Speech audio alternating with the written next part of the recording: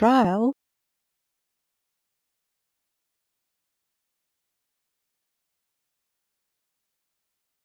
trial,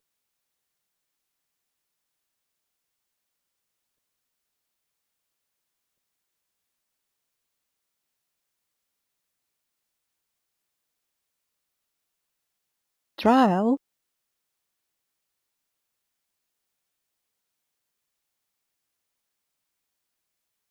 trial,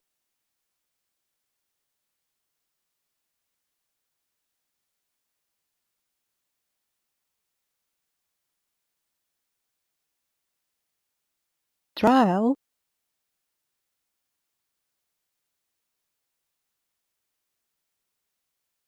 trial,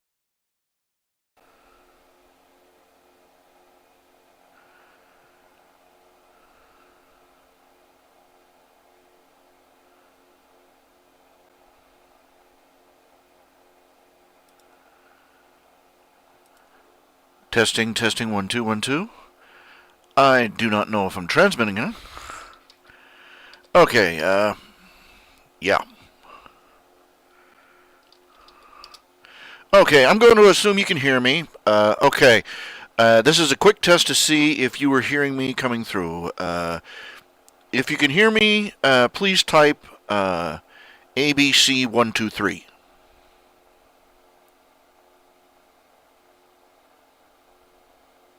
I'll wait a minute. There's apparently like a 30-second lag.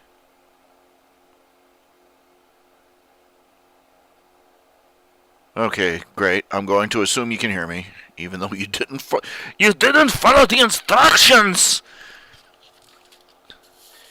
Ah. Okay. Yeah. All right. Okay. Let's see here. Okay, I was just finishing up for Christmas commission, Daniel. I just pulling up. Okay. I'm gonna put this over here. Is it completed?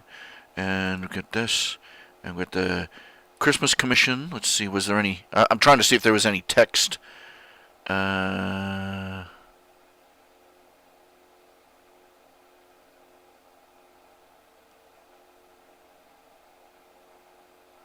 Okay, well. What I was looking for a snowflake pattern, wasn't I? Okay. How many of you know the unpopular opinion puffin?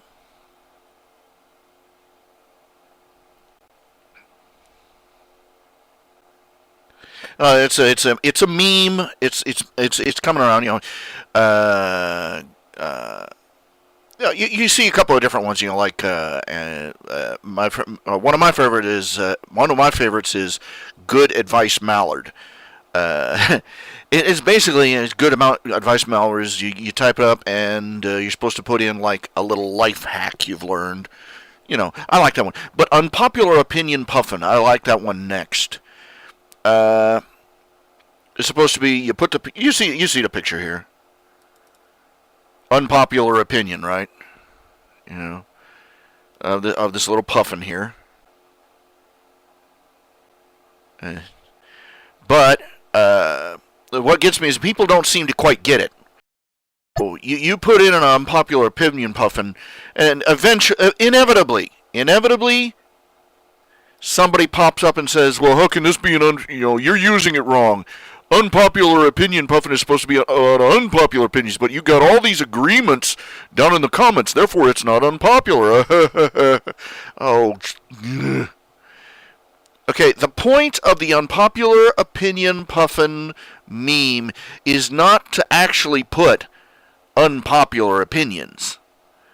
It's for people to put up opinions that they have been afraid to say or have been intimidated into not saying. And that's going to be a lot of opinions that a lot of people agree with, but have been intimidated into not saying. A 1940s unpopular opinion puffin would be in Germany would be Hitler sucks. because there were a lot of people in Germany that definitely agreed with that, but were scared to death to say it. Okay? That's an unpopular opinion puffin. That's the point of unpopular opinion puffin. It's to get across the idea that, yes, there are people who have opinions that are actively disliked, but aren't necessarily wrong. Just a little rant on my part on that topic. But anyway, let's see here. I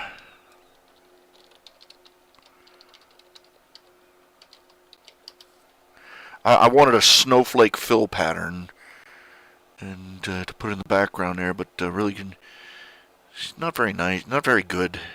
Oh well, this one will do.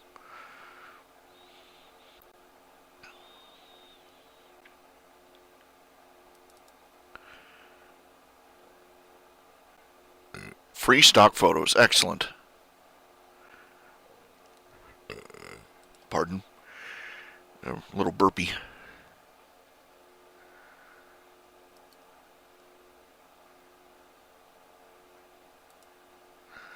Okay, and we open up the art program.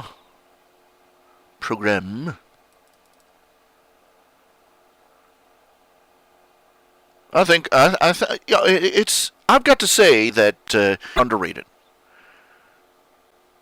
because you take useful, good advice mallard. Good advice mallard is, like I said, is that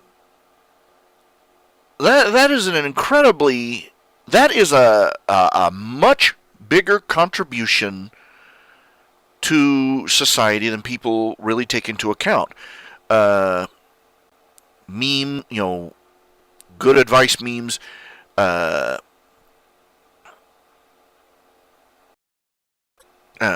hacks, that sort of thing. What the internet has contributed to society. That's one of the big contributors to society. Is that a lot of the little life tips, little tips and tricks for getting through the day, or for doing your laundry. Just little doing things around the house or at work or whatever. That's the point of accumulated. That's the point of having stored information, books, and and the tool of writing is to provide a way for more people to learn from the past. Are you digging what I'm saying?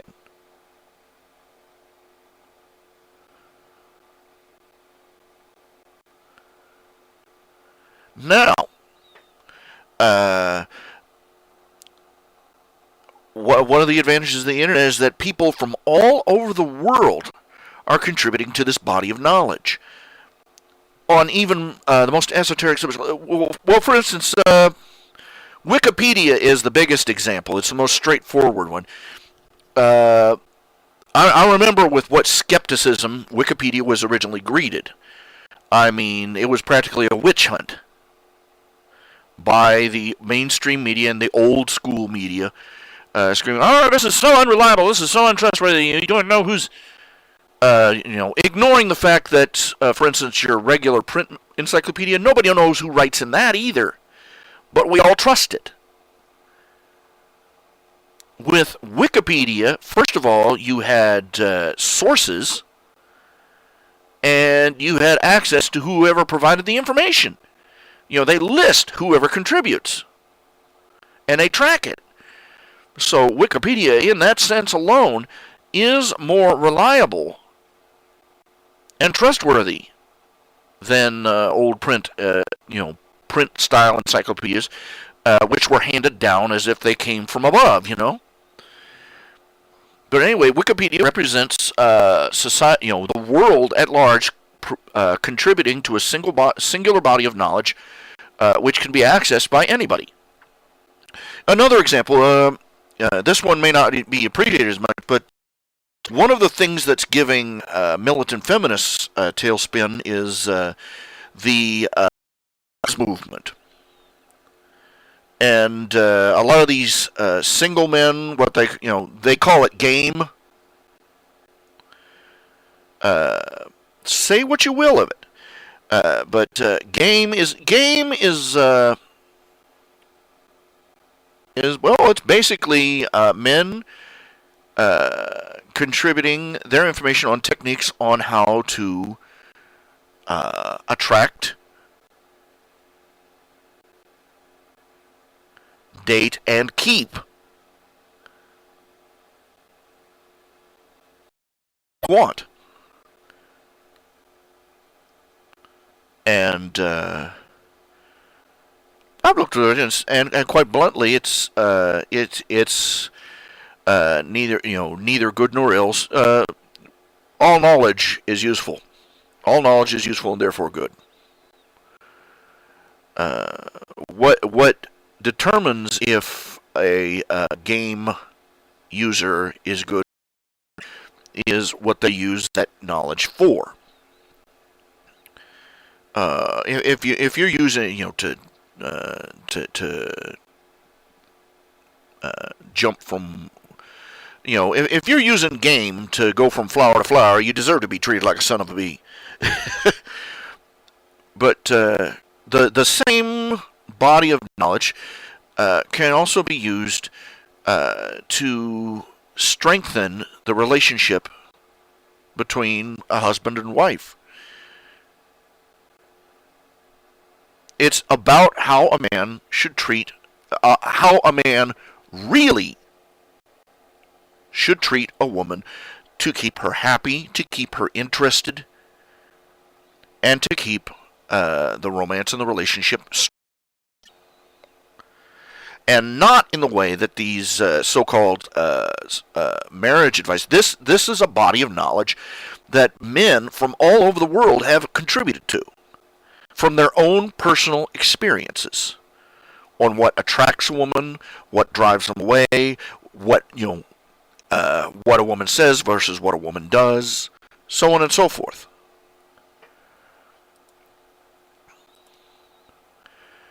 Another example is the life hacks. Life hacks, what a term.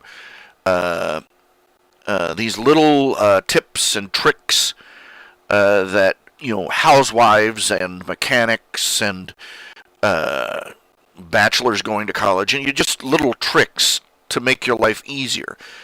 I'm tempted to just sit down and memorize these things because they are so dang clever.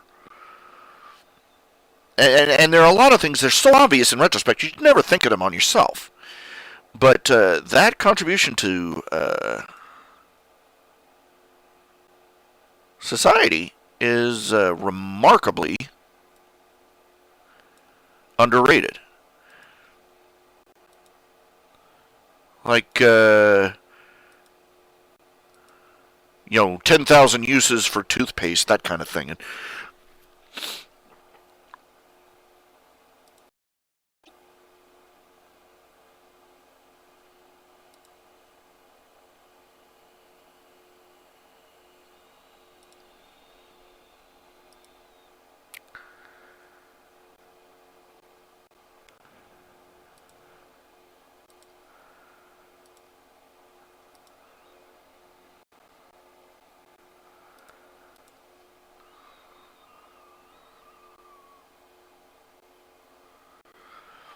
But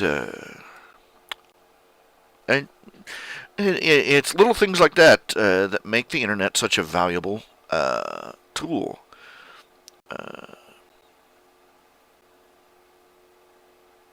Well, I mean, let's see here. I'm trying to think.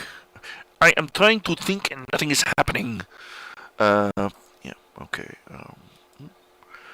Okay. I'm gonna empty this. Just tolerance.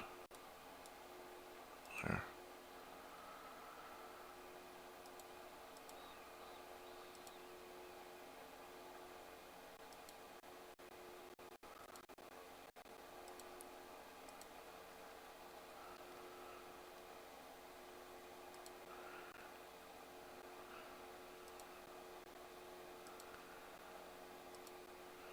The knowledge from one experts or an elite assortment of experts really doesn't compete with the accumulated knowledge and wisdom and experience of thousands or even millions of people. And that's the problem, is that up until the advance of the internet, that's how it worked. You had a body of elite experts who sat at the top, you know,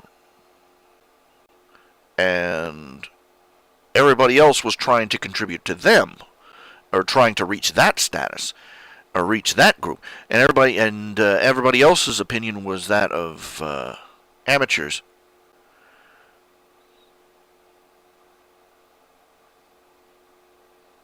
And this resulted, intellectual elitism.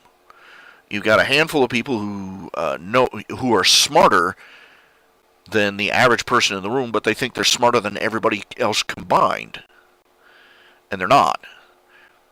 Well, anyway, the advent of the internet reversed that.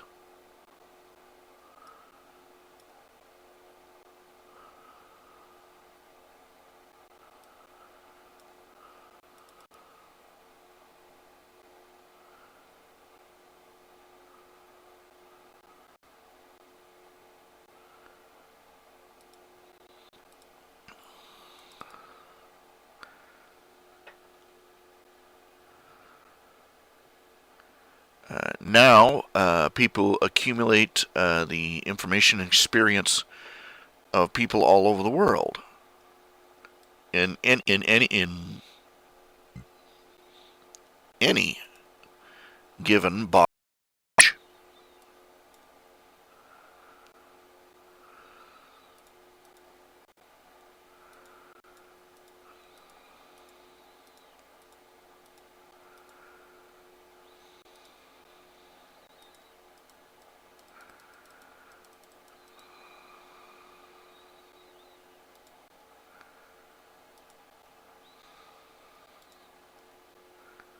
Make of this what you will.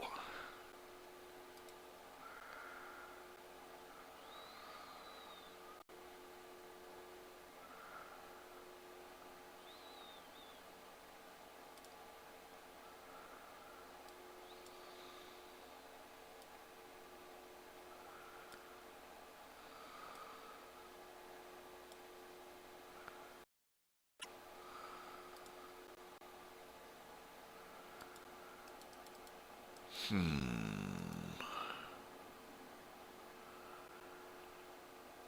trying to think and nothing's happening. Okay. Save as.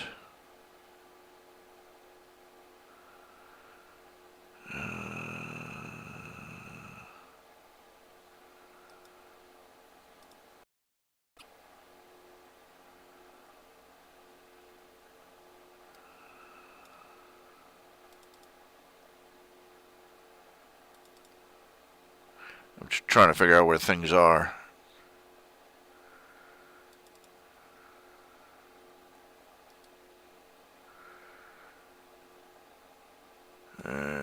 Fudge.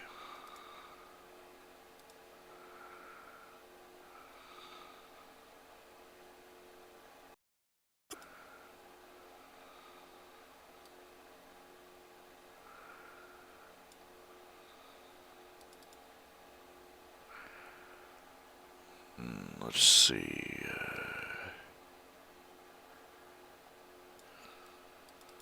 Textures.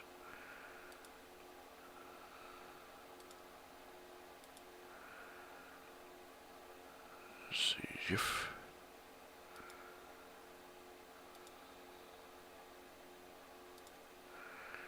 I can never remember which folder it's in.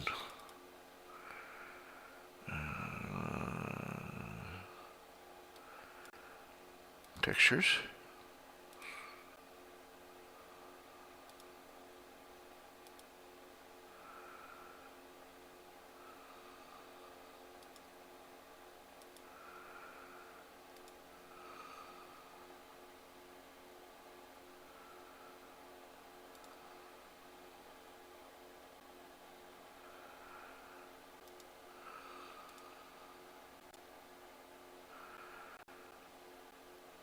let's see, export as...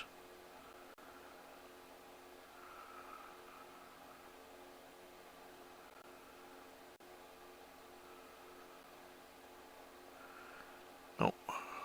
File, save as. You'd think, these are the little things that they never, they have all these tools that you can add to, but you gotta leap through hoops to do it. Let's see.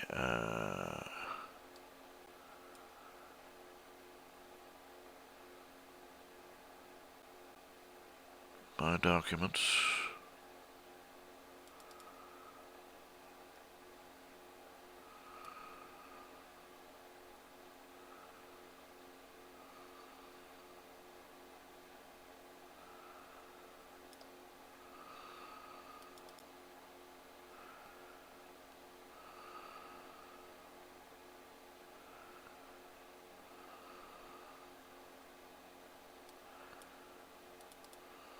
Aha, here we go.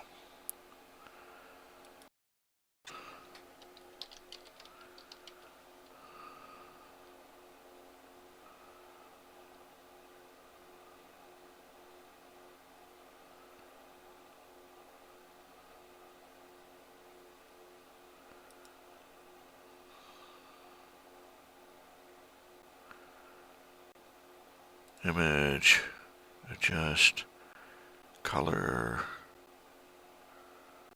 Where's the stupid negative? Image, negative image. Here we go.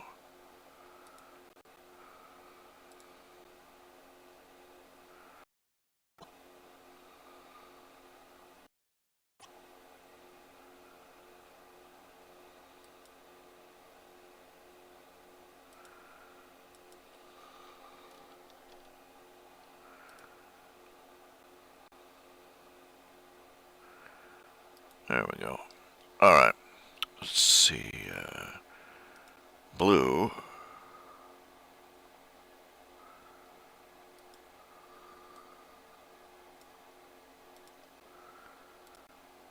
Okay. Fill pattern. Gradient. Texture.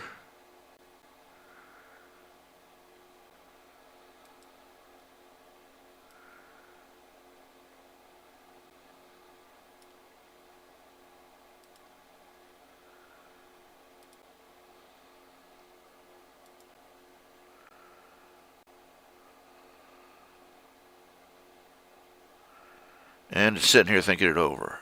Alright.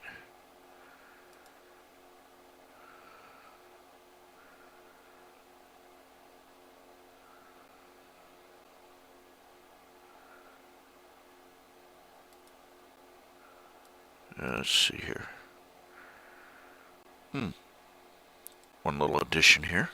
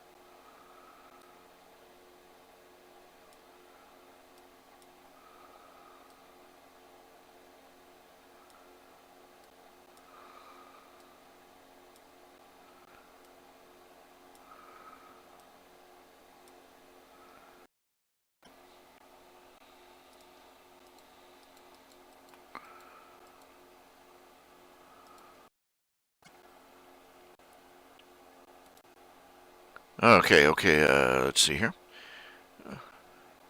Okay, Daniel, I will send this to you.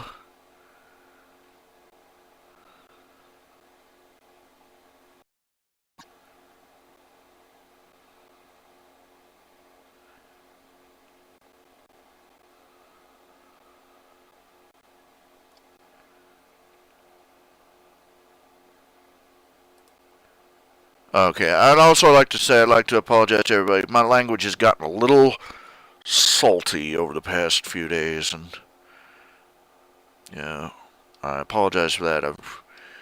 It's letting my standards slide for a long time, and that's not something that happens overnight, but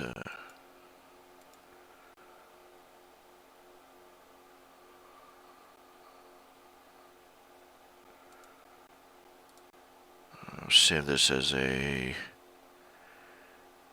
ping, and computer goes grind, grind, grind, grind, and then we go and reply. Huh. And waiting, waiting, waiting. There we go. There we go. Open. I left room at the top so that, if you wanted to put a message or anything like that, there's yeah.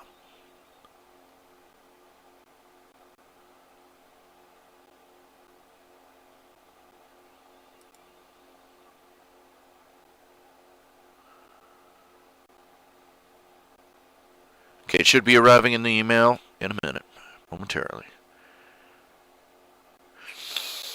Okay, let's see here. Oh, Kicks, somebody just sent in another pledge to. We have reached the 3,000 goal. We have reached the Kickstarter goal, stretch goal. $3,000 and $3,050. Okay. Send out a little notice to that effect.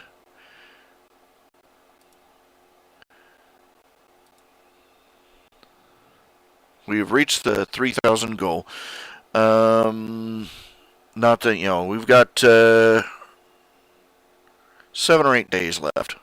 We've got 7 days left.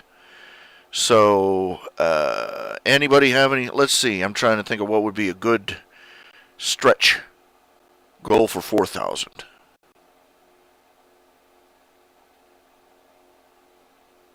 I really should have thought. I wasn't expecting to hit 3,000, to be truthful. So, got to decide what's going to be the stretch.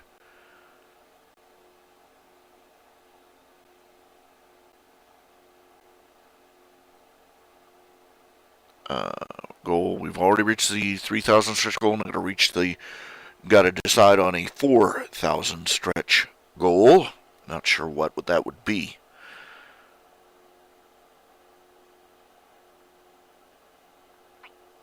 Got to stew on that one.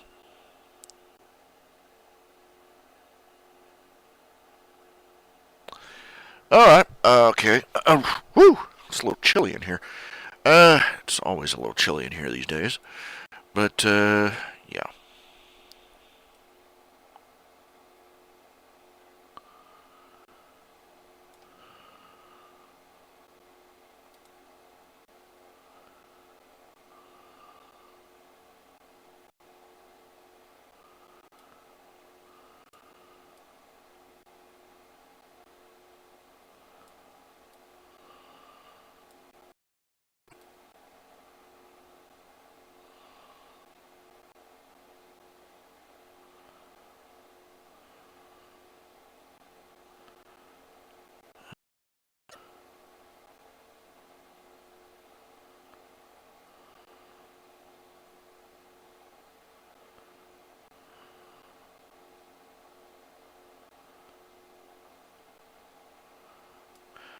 Okay.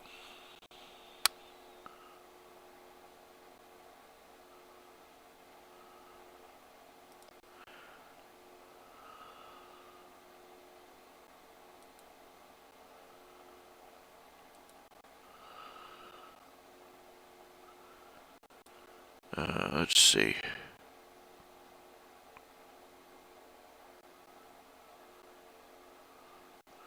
Well, Adrian, I'm going to go ahead. Yeah. Go ahead. Well, let's do that today. If you don't mind, Daniel, I think we've still got a few, 2 or 3 commissions for Daniel Meyer, but take the rest of the day to work on a Quester page here.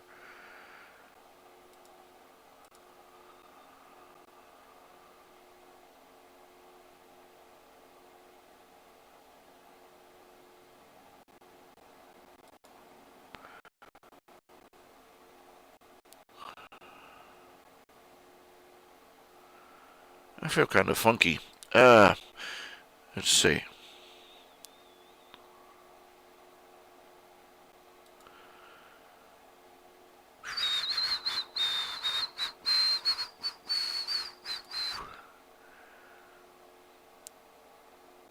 Manga Studio 5.0.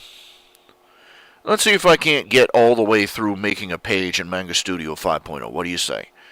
Because thanks to generous donations on the part of my viewers, I got Manga Studio 5, and I mean, I'm looking at all these tools, all these beautiful shiny tools it has, and all these, just like all these wonderful toys, and let's see here. I'm going to try and stick to using Manga Studio 5 entirely for the Kickstarter comic, because I want to remain consistent on the file size, file types, so on and so forth. Measurements, everything.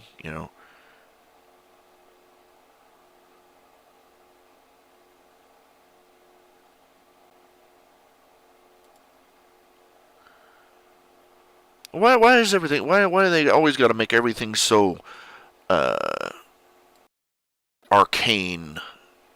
If you know what I mean. Why does everything have to be so cryptic?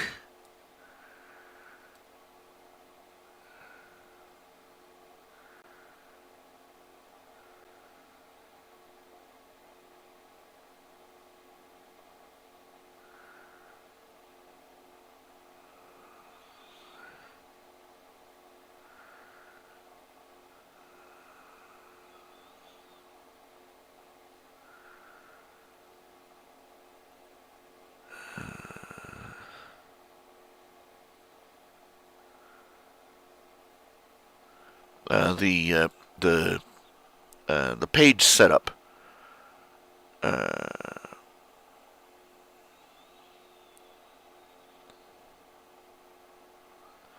For instance, the measurements for how large a page should be for a typical comic.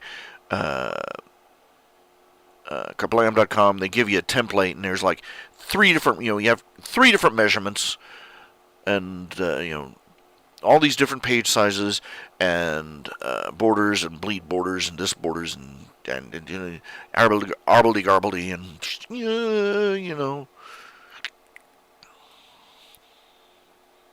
framing and asymmetrical and kerning and all these other cryptic terms, which I only understand a fraction of.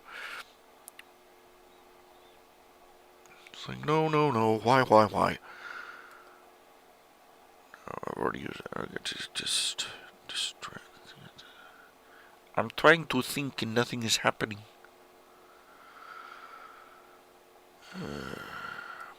I go through these stages, it's stop and go with me when it comes to writing stories, because I'll have weeks where I'm slogging through one section, just slog, and then I'll finally get to the parts that I've already got envisioned in my head that I'm trying to reach, and it just flies. Just words fall onto the page, drawings just fall onto the paper. Right now, I'm sort of in a slog section.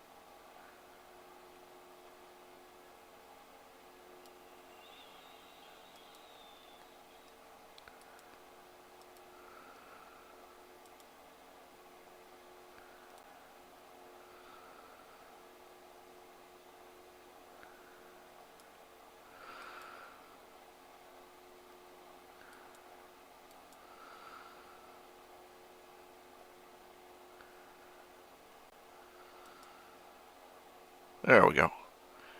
Smell like it.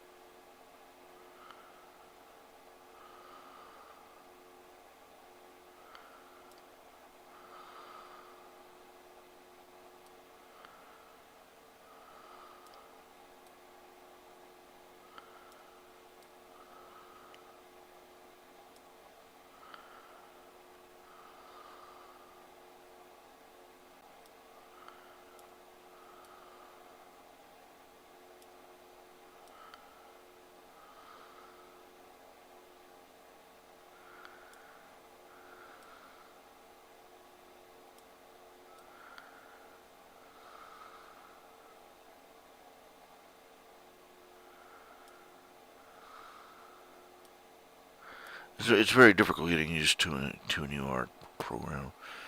Very challenging.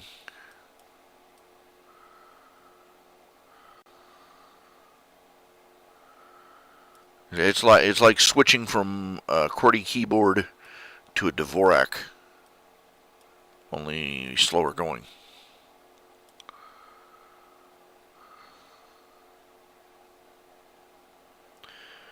Yeah. Uh,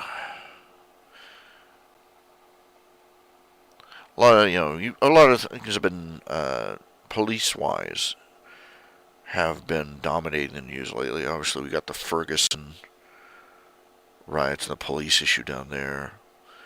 I forget what the name of the fellow is in New York, though. On the flip side of the coin, we have the guy in New York who literally suffocated to death because the police manhandled him. You know what he was being arrested for? He was being arrested for selling cigarettes. He bought a pack of cigarettes and he'd opened them up and he was selling them one cigarette at a time. And the taxaholics in power in New York don't like that. They sent out cops to arrest a man for selling cigarettes. And yeah, this time around, there's solid evidence existing.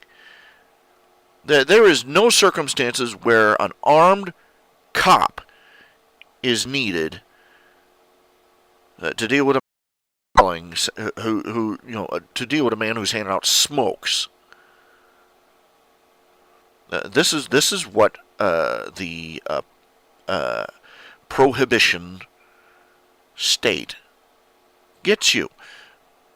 It's a straight line. We all feel, oh, let's outlaw crack, let's outlaw heroin, let's outlaw all these horrible, horrible things.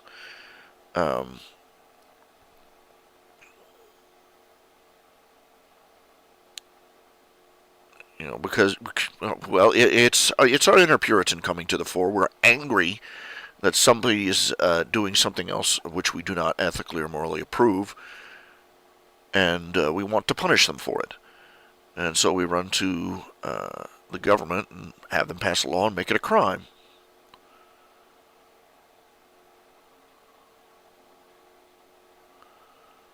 And we never ask whether that is the rightful authority of government to control.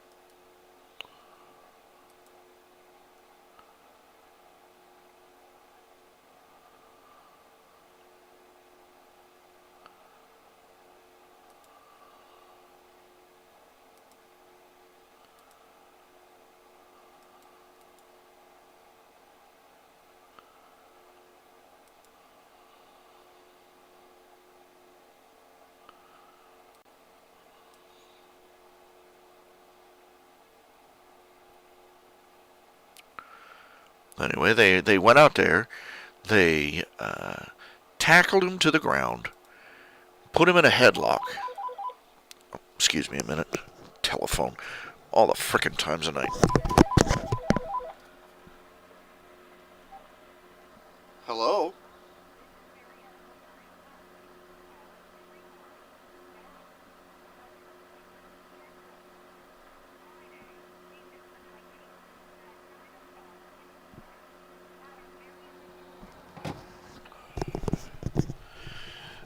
Oh, that's the stupidest thing. That was the Mariana Memorial Hospital automated system calling to remind me of my Friday.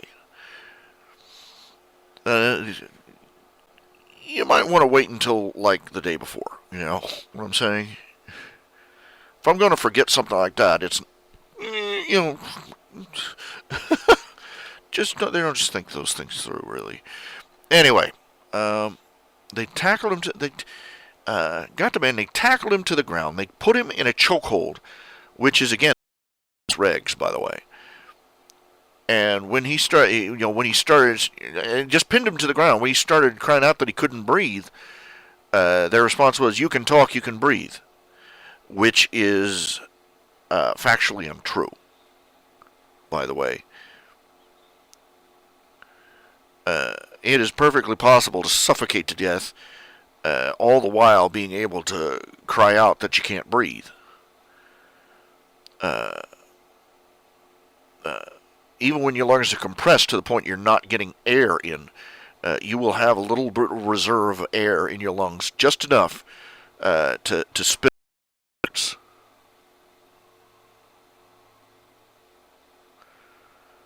This isn't the first time I've heard of this happening either.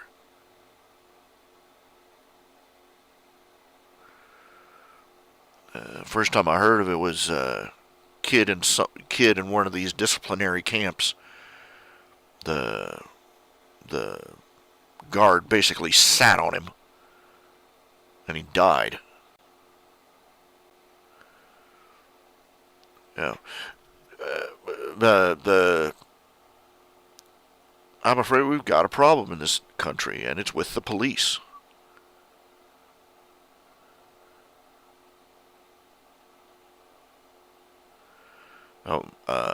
Yes. What connects Ferguson to this case in New York? And it's not a race issue, despite the fact that the media is practically sprung wood into the bottom of their desktops at the thought of it.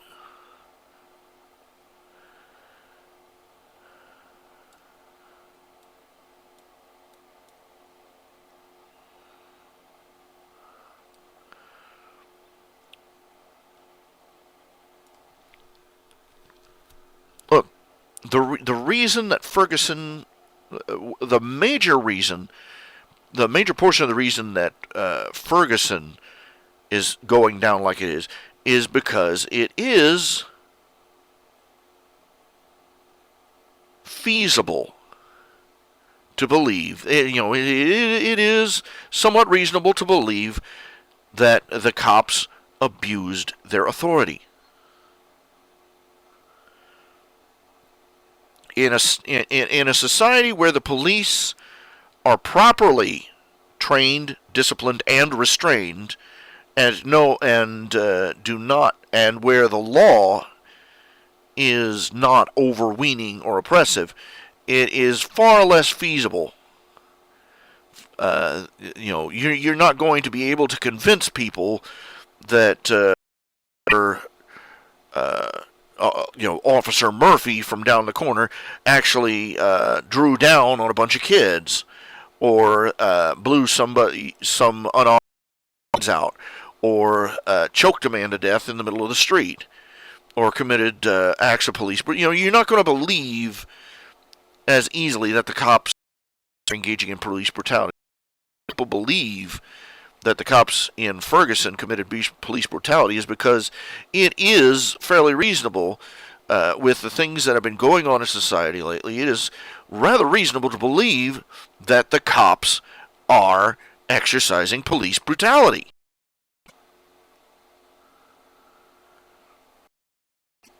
We've got cops in ski masks carrying machines, kicking in private citizens' front doors in pursuit of a little bag of weed.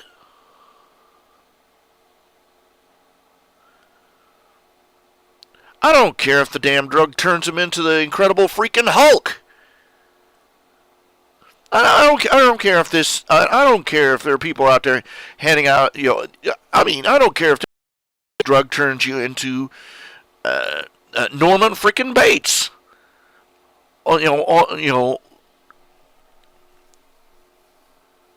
This extremism is unacceptable.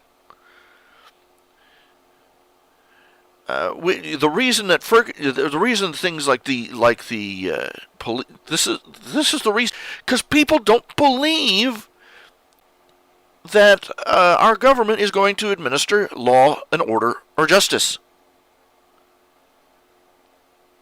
And it's not the people's fault that it's not believable. Can you dig what I'm saying here? You turn on the news, and there are a bunch of ski-masked thugs with guns and badges blowing away some grandmother sitting in her living room because they got an address mixed up.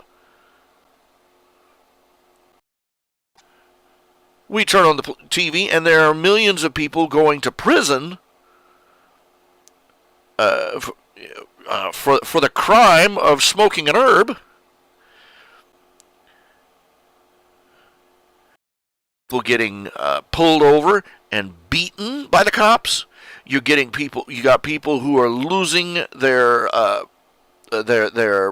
cars and their homes and contents of their bank accounts because somebody thinks that they're too rich to be, they're too rich, ethnic to be earning their money legitimately. Let's not lie here. Let's be honest. You pull over a white guy who's got a fat stack stuck in his pockets. The cops are going to be a lot less suspicious of him. You pull over a black guy who has a stack of cash in his wallet. They drug dogs out and climbing into the back seat before you know it.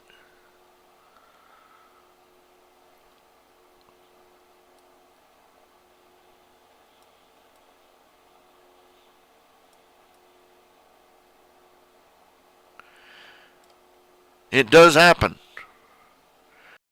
Poor guy. There was one TV show They tracked, one of these pseudonym a few years back. They tracked the guy. They tracked one guy down, black man,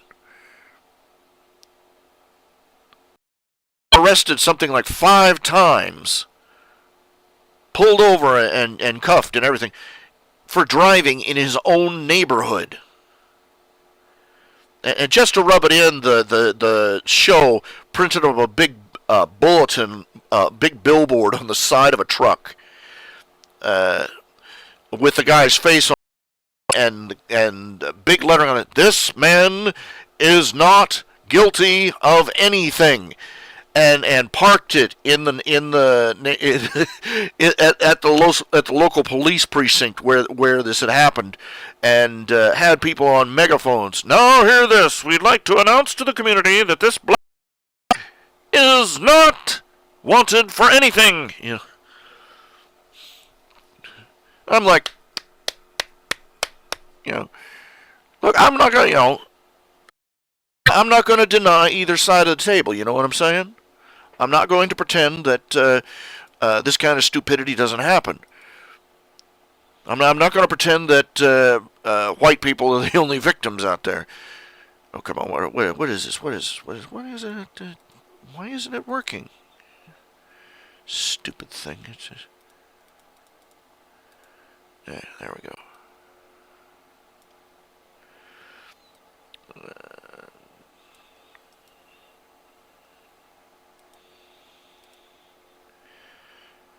There we go. But, we've got unreliable judges, crooked cops, violent thug cops,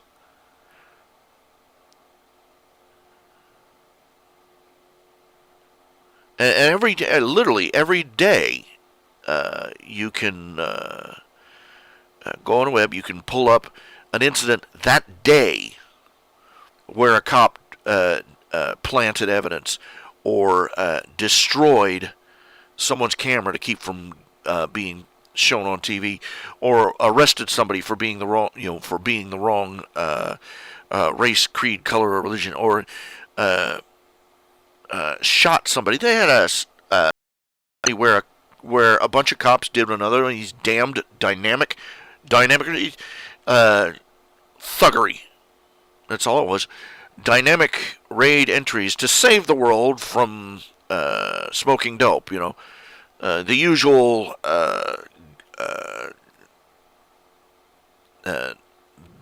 drug warrior heroes here. They busted in. They threw a stun grenade into a baby's crib. Yes, the baby was in the crib. Up in the hospital.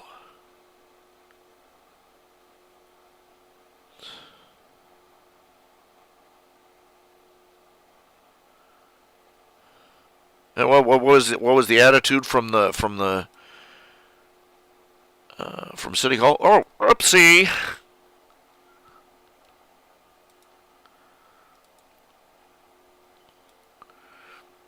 We got judges that are too busy being social activists to administer actual justice.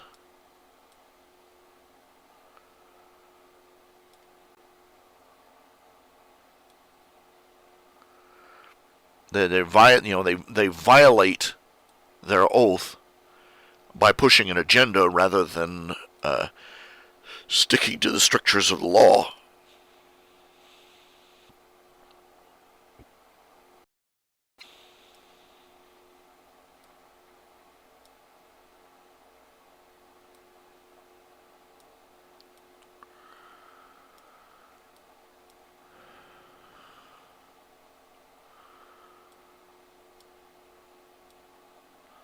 And this is why stuff like Ferguson happens, because people have reached a point where it's perfectly reasonable to believe that the cops are behaving like thugs.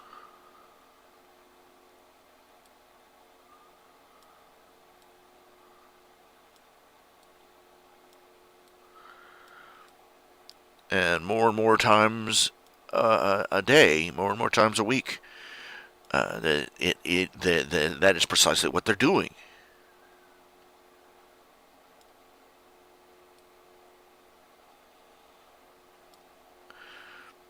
Yes, they're good cops, but we have a environment, a legal environment, conducive to bad ones. We have a legal environment that's protective of bad ones.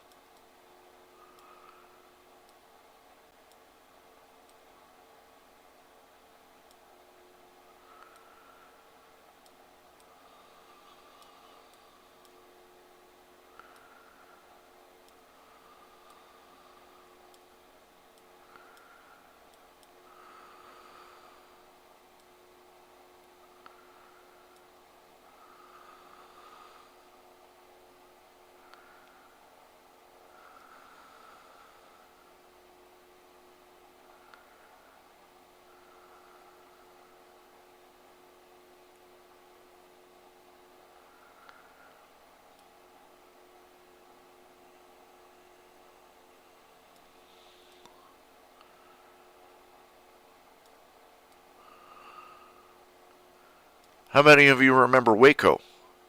How many of you remember Ruby Ridge? Look, in both cases, the entire nation watched while the armed branch of our law enforcement invaded somebody's private property in a raid, killed people, and then destroyed the evidence. All right, not 2 days after the Waco compound burned down. The police were out there with bulldozers plowing the building under. That's called destruction of evidence. Barney frickin' Fife knows that much, okay? Deputy Dog knows better than that.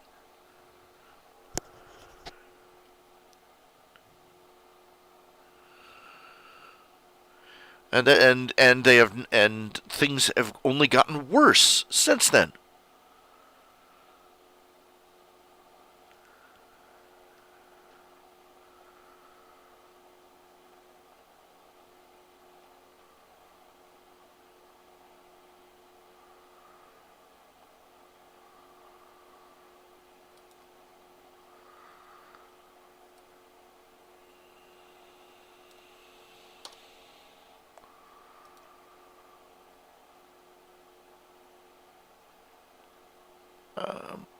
Both cases are tied back to the same problem: lawlessness.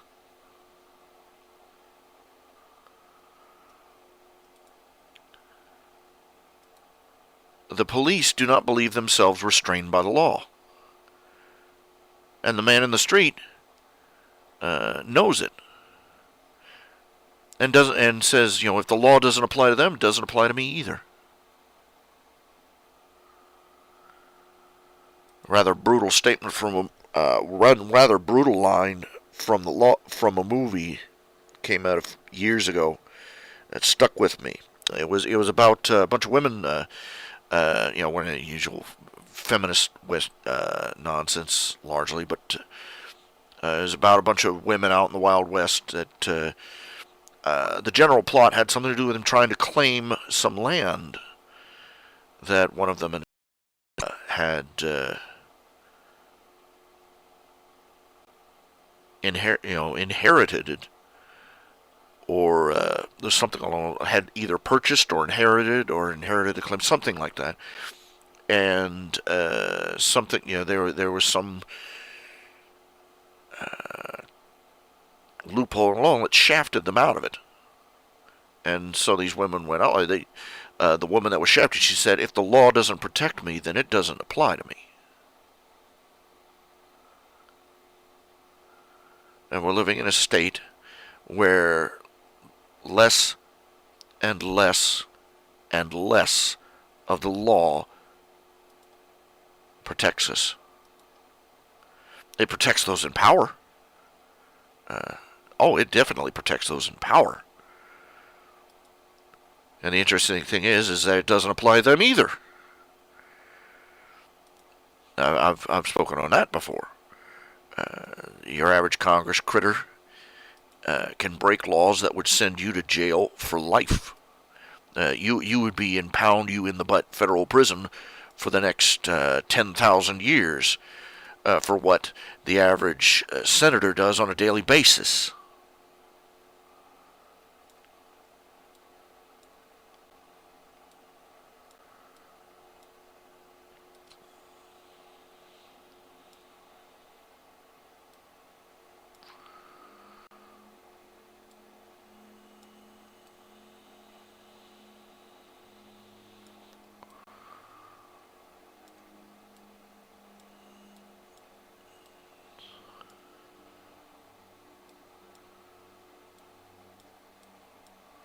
No, you can't maintain society.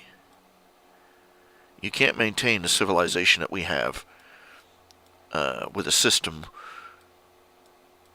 of legal privilege and unaccountability.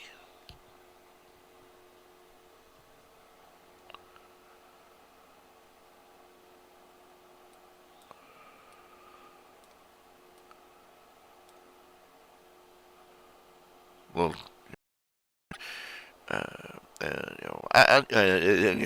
after reading about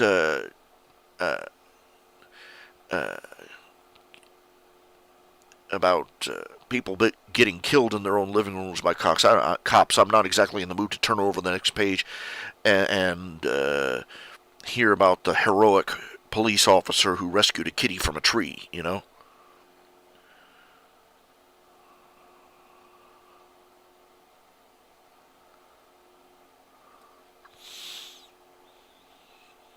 Not buying it.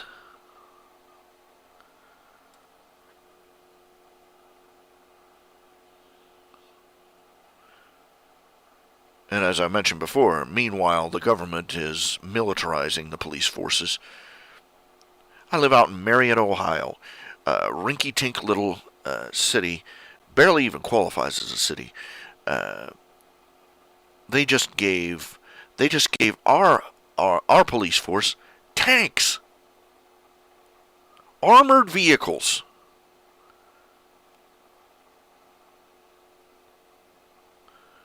There is no reason that our local deputy dogs need a frickin' tank, unless the government is, you got to figure that is expecting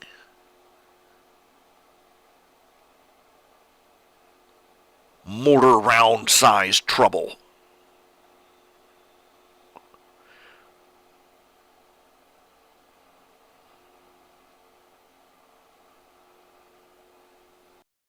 They won't defend us. They won't defend us from the Muslims, who are frickin' blowing up planes and smashing buildings full of people into gooey paste and stone and murdering people. They won't defend us from them. They won't defend our borders from violent, mobs and mobs of lawless pouring over it. But oh boy, they'll make sure that Deputy Dog can go out there and take on those scofflaws with the speeding tickets in local Mayberry.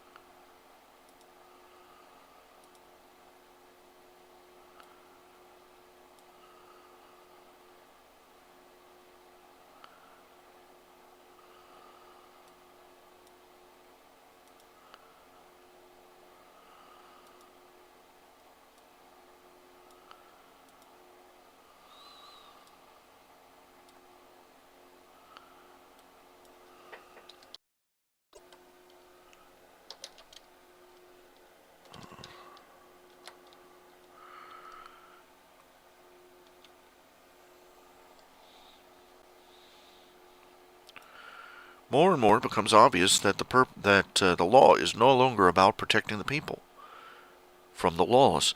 It's about protecting the lawless government from the people.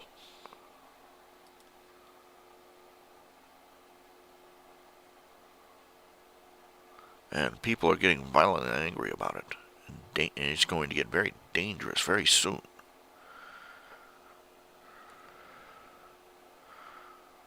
Let's not, you know.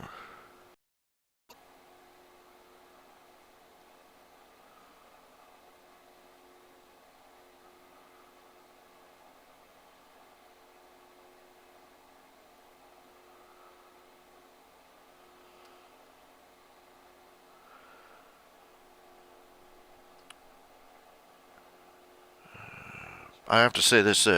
I'm still waiting for the other shoe to drop on those economic predictors. You recall what I was telling you earlier about that that one economic predictor. They said that they figured that sometime between now, between last month and today, that they were going to be hearing from China opening the floodgates on purchases of gold. China wasn't going to be selling gold. Rather, that they predicted that China was going to start buying gold and dumping the American dollar, which was basically going to light the fuse on the predicted economic collapse.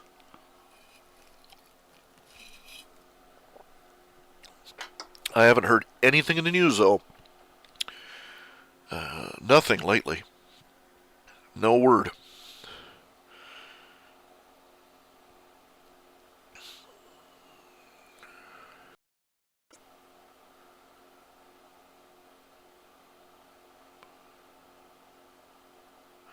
So what can you say, To,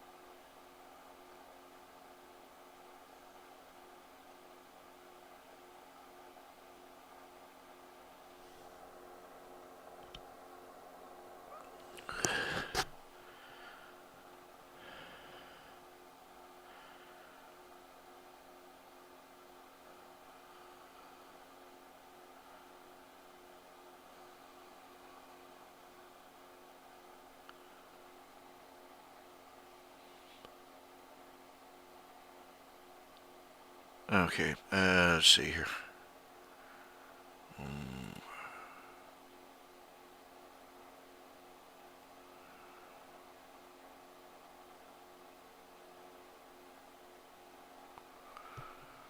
So I'll be right back. I've got to run to the restroom. Uh, be just about a minute. About 5 minutes. Be right back.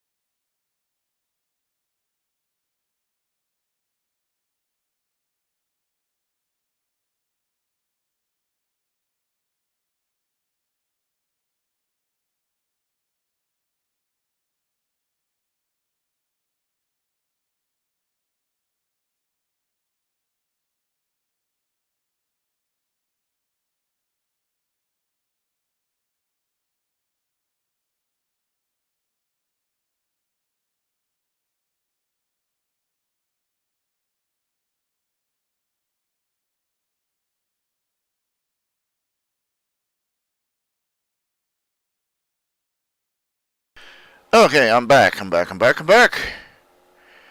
And there we go.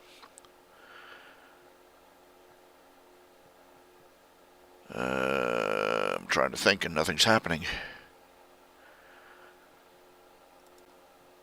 This is my. Let's see what we're doing. Okay, we got. Oh yeah, I'm just looking at the project activity. Check this project. I gotta send a notice. Everybody, let everybody know. We've got 52 backers. Yay.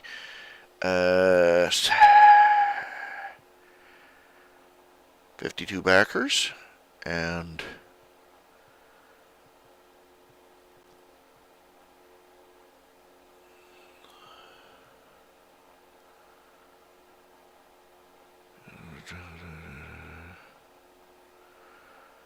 five times 2 is 10. Be a sizable chunk. But anyway, as soon as the money arrives, I put it in a lockbox until the comic's done. But anyway, we're good. We got 52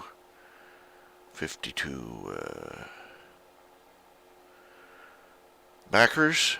6 days to go. 152% funded. Yes, very nice. I'm going to be working my little tushy off. May just switch to hand drawing, hand penciling. I don't know. We'll see. Anyway, now let's see. Oh, and moving on to other topics.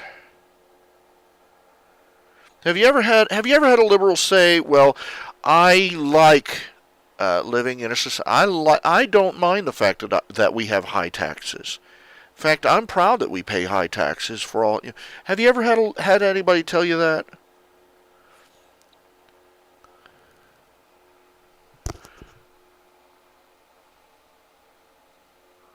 Oh yes, I've seen Legends of Equestria.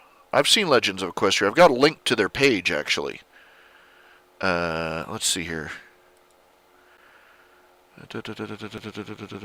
It's here somewhere.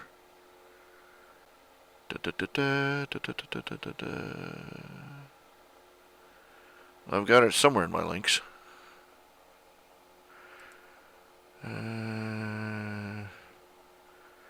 If I don't, I'm sure I can find it again.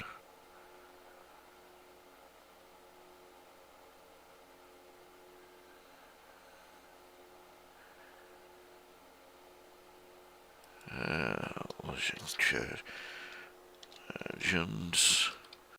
Oh shoot! I've played the beta. It's nifty. It's a little limited, Well, considering it's all fan done and kind of teeny tiny.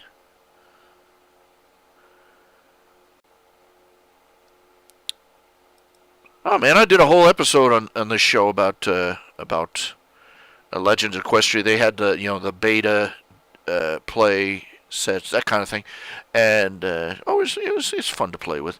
It's still kind of herky jerky, still tends to crash real easy, and I really think that it's not going to be anywhere big as World of Warcraft. Let's just put it that way. No matter what you mean by big. But it needs I would love to see. I would love to see somebody go. Here's the National GOP of Bolivia go nuts. But if Hasbro jumped in, they bastardize it all to death, or just crush it entirely. But there you go. It's a strange world. It's a strange world. What does it tell you about modern society that we live in a society where little pastel-colored ponies are actually more masculine than vampires?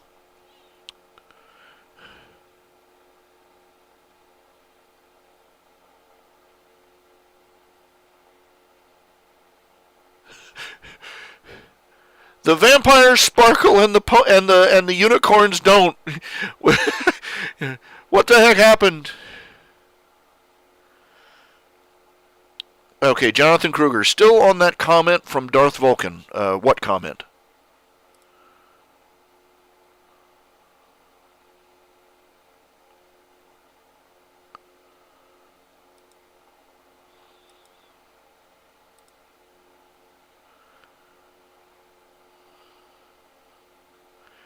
You're going to have to be a little more specific.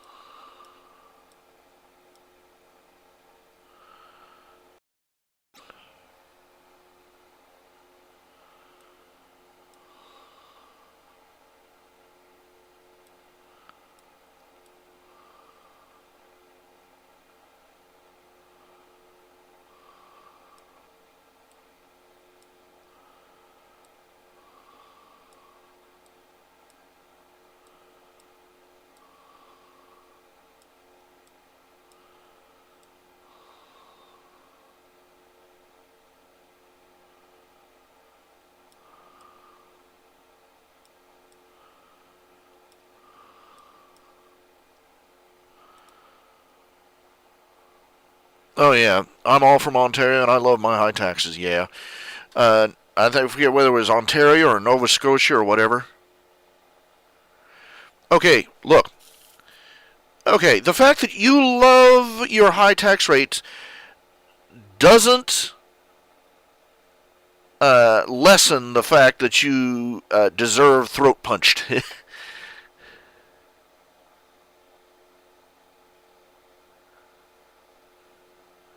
Okay, I love my high taxes. Yeah, of course you feel because it gives you fake testimony.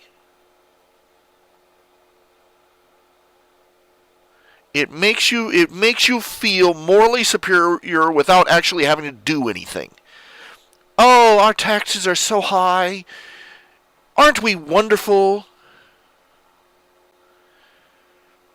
That means I live in a morally superior society that provides all these wonderful government programs.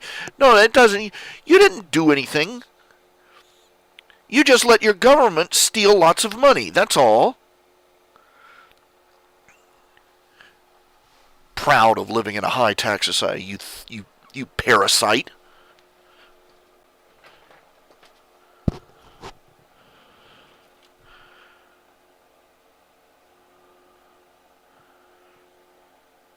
No. It's of course you love living. First of all, because you are obviously not one of the people who are getting hit the hardest.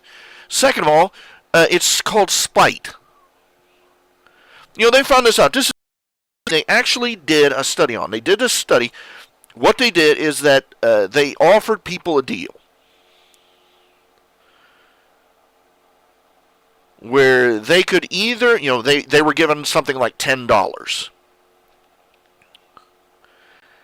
And they arranged it where they had to pay a penalty. They could either pay a small penalty and let the guy across from them keep his own money, or they could pay a huge penalty and make the other guy lose just as much. It boils down to the fact that people would really sincerely cut off their own noses to spite.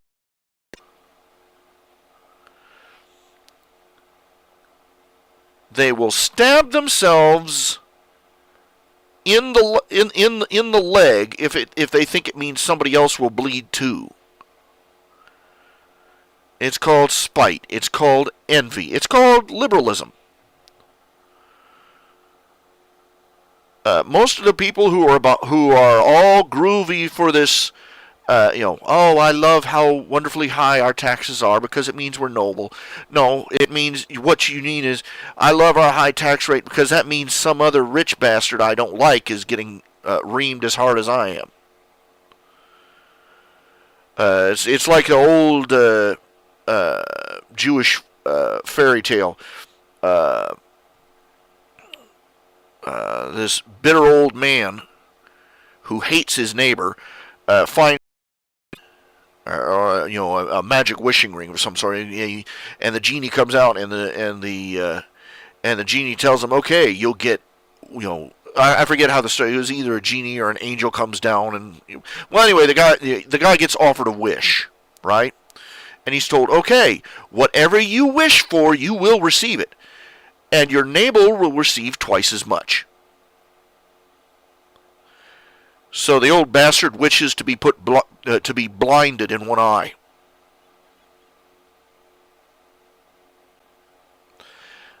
That's what motivates these people who talk about how noble they're.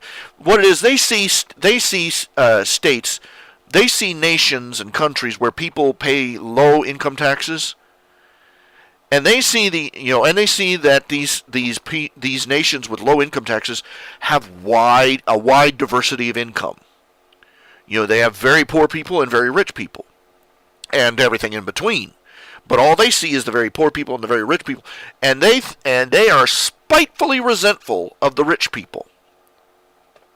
They would rather see everybody poor than see some of them rich and the rest of them, given a half-an-ass chance to become rich themselves. They would rather see everybody poor than see some of us rich.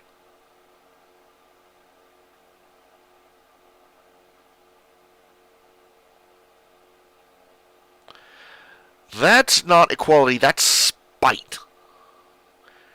That doesn't make you morally superior. It makes you vindictive. Also, if it's liberal sanctimony. It's buying smug self-satisfaction at a ruinous rate. They don't care if the high taxes work.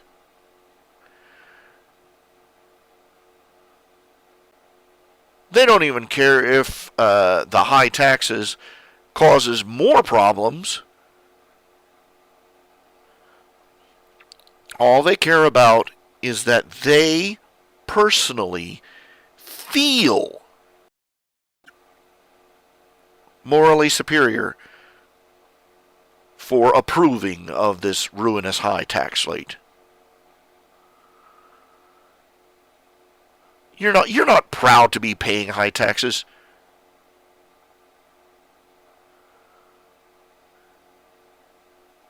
You're proud because you of stolen moral sanctimony.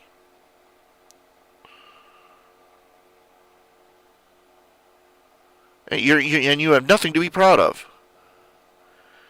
You're not generous. You're not charitable. You don't live in a morally superior society. You live in a society that steals from people who produce who do not. You're a thief. You're a parasite. You're a tapeworm. Okay?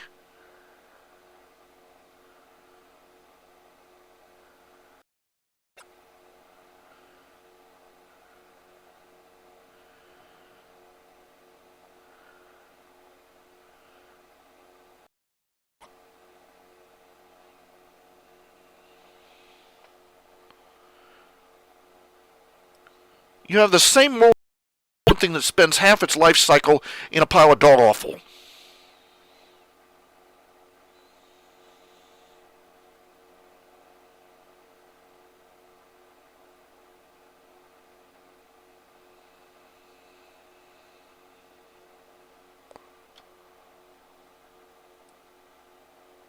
But I'm doing it for our children. So does a tapeworm.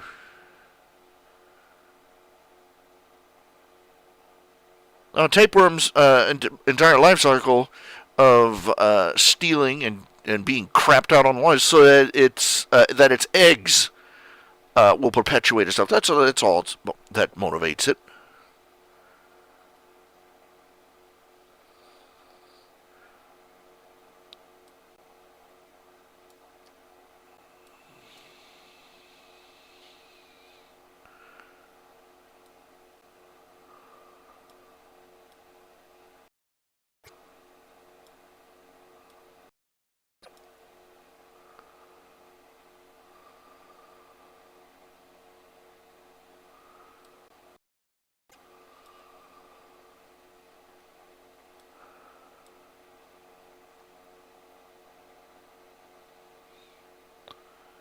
Is this upsetting? Is this insulting? Oh no, it's right on the mark. What's insulting is implying that belonging to a government. What is insulting is implying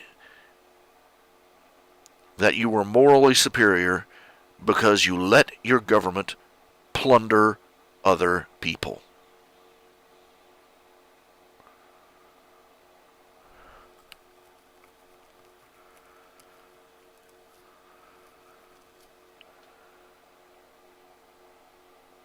You think you're morally sanctimonious for letting your government steal money from people and waste it to boot.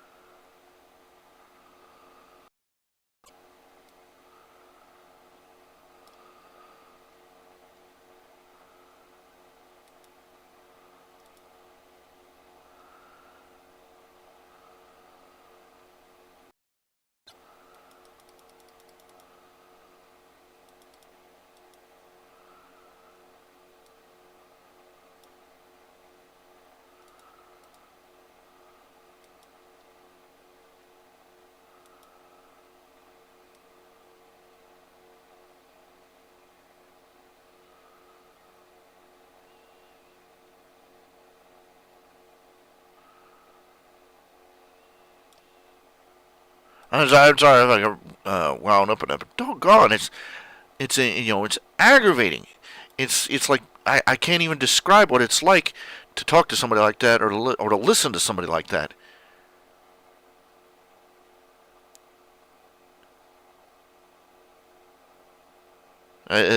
Just it's galling to listen to somebody who imagines they're morally superior for doing something that is ethically reprehensible.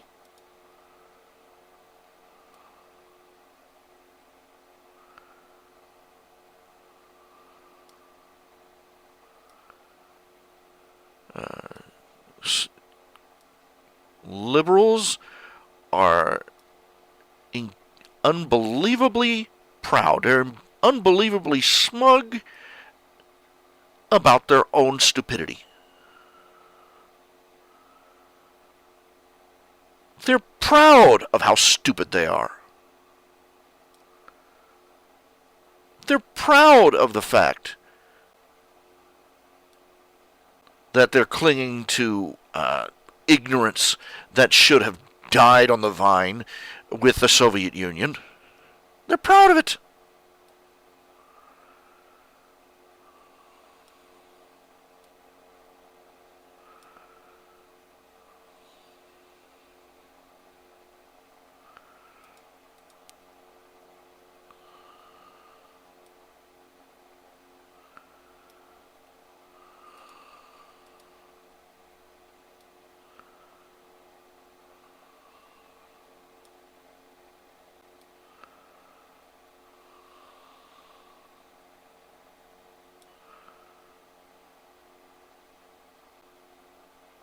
All you can do is look at them in stunned disbelief and wonder how it is that they can even walk from one side of the room to the other without mechanical aid.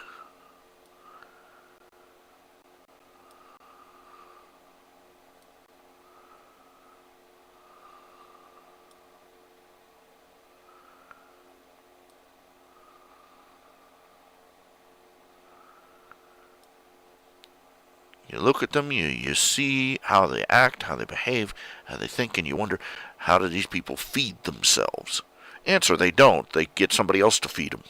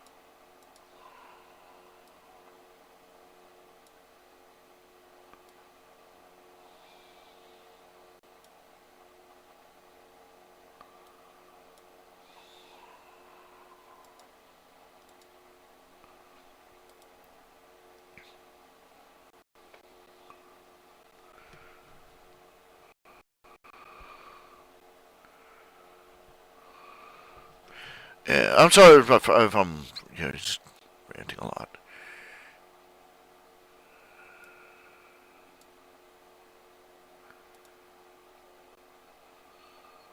Politics. Oh, yeah. Don't know why I do it. Just gives me a digestion. Okay, just save the darn thing, darn you. Now,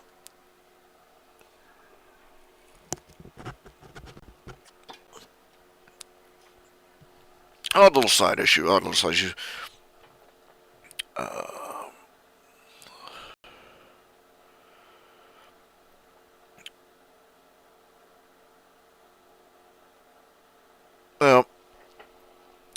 know, for those of you who don't,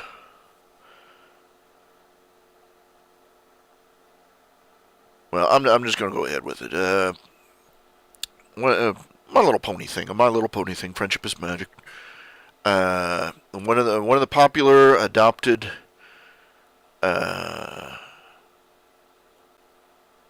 fan favorite races in My Little Pony is the Thestrals, also known as the Bat Ponies. You only see the Bat Ponies once in the TV show, in the actual TV show. It's on Nightmare Night, on the Nightmare Night episode.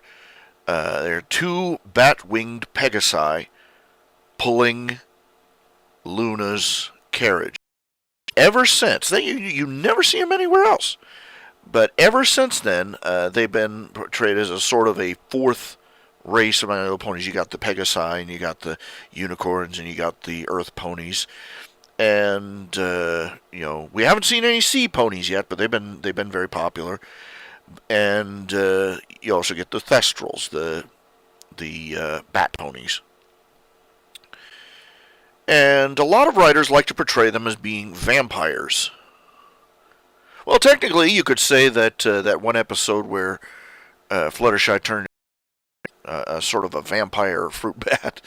There's one, but anyway, they're portray them as being vampires, as being either carnivorous or outright vampires, needing blood to trace being based on vampire bats. Stumbled across this in one of the stories I was reading. Is that in fact, it's in 2 or 3 stories I've read that feature the Thestrals, where they're supposed to be vampiric.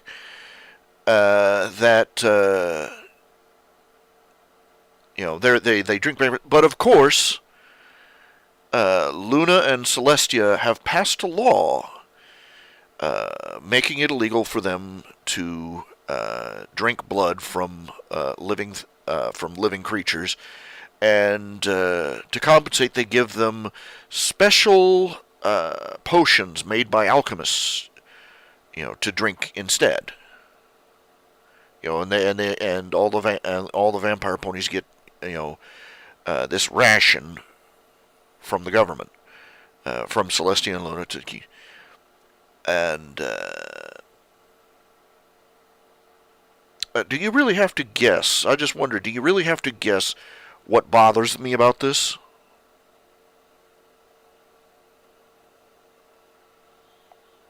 I'm just wondering. I'm just curious if anybody in the audience can guess what it is that bugs me about that idea.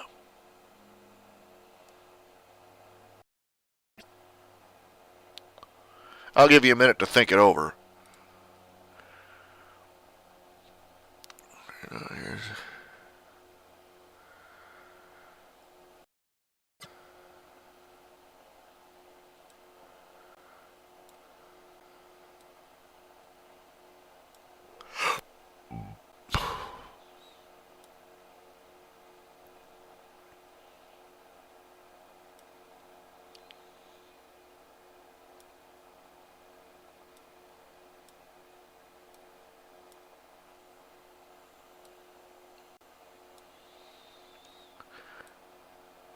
Feel free to type in your guess as to what it is. Something bugs him. That's a given. Everything bugs me. But if you can guess what it is.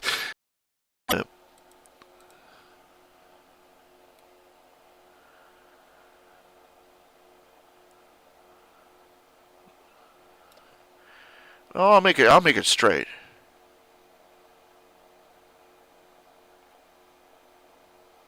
No, it's more important than just the government. More important than Luna and Celestia providing them these rations.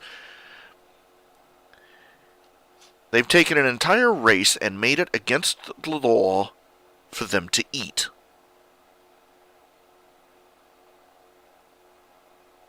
Jonathan Kruger gets it. No, once again, this is an example of authors not thinking through the implications of what they're writing.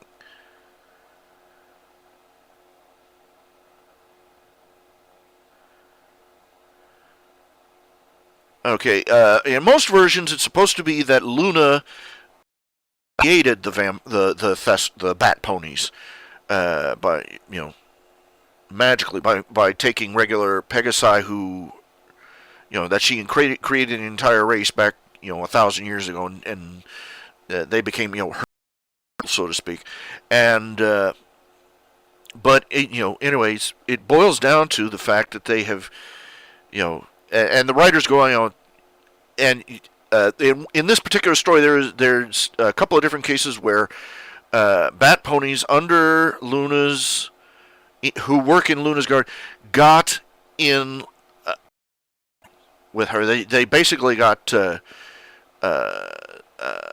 punished, put on punishment details for drinking blood. In one case, for biting, and draining from a live creature. And in another case, from drinking from a jar. And I'm like, my God. They made it against the law for an entire species to eat. They also eat other food, but they do need the blood. Otherwise, they get, and it's vegetarianism at its worst. Vegans. This is what would happen to us if vegans got their way in the law. It would be a crime to eat steak. Anyway, the premise is appalling. The premise is stupid, and it bugs the hell out of me, because this basically Luna into one of these senile little old ladies that tries to who goes vegetarian and decides to raise her Pekingese on canned vegetables. That crops up every now and then. You got these stupid people out there that try to sell vegetarian dog food, or worse, cat food. Dogs are not 100% obligate carnivores, but cats are. Just to clarify, dogs they can live as long, can take a long, slow, lingering, miserable life on, just half starved to death on vegetables. But a cat, it will kill them. And they've had cases where they've had to confiscate cats and kittens from pet owners who were militant vegetarians and vegans who tried to raise the cat or kitten on vegetable food and soybean and other crap like that. And it nearly killed the cats. Except, I can't think of anything more reprehensible than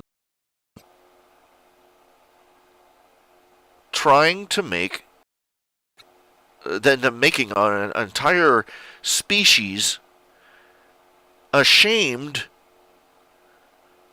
of what they are, of what they naturally need.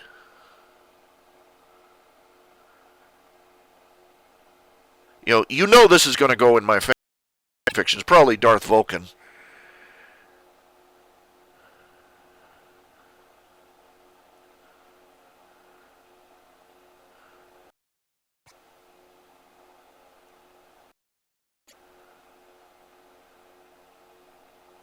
It we sort of thinking that first of all, the assumption that a vegetarian diet is morally superior.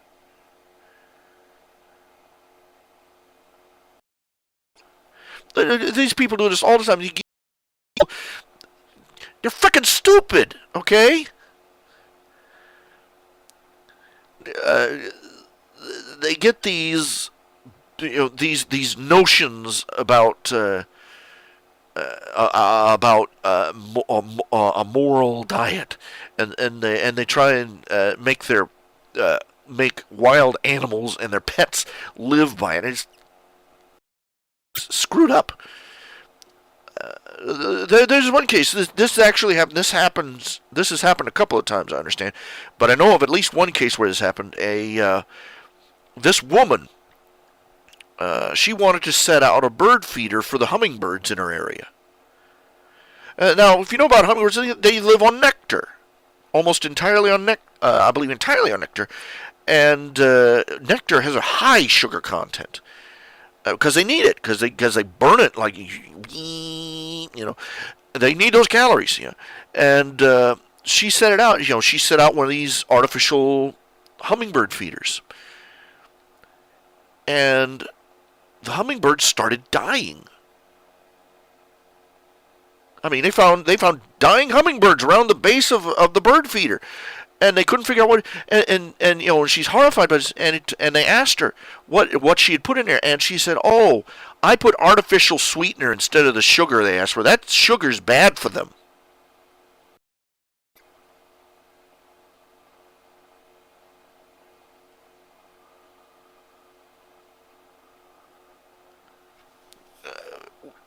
People, first of all, it's just appalling. She thought, the food Nazi dietary sanctimony had infested this woman's meager little brain and convinced her that birds that burned 1,000 calories a minute could get by on artificial sweetener. And the poor little birds drank, they found it tasted sweet. So they drank and they drank and they drank and they drank and they drank and they literally starved to death with bellies full of liquid. I just about cried when I read that story. Just about cried. I love hummingbirds. They're beautiful little things. And to think that somebody would do something so ignorantly cruel.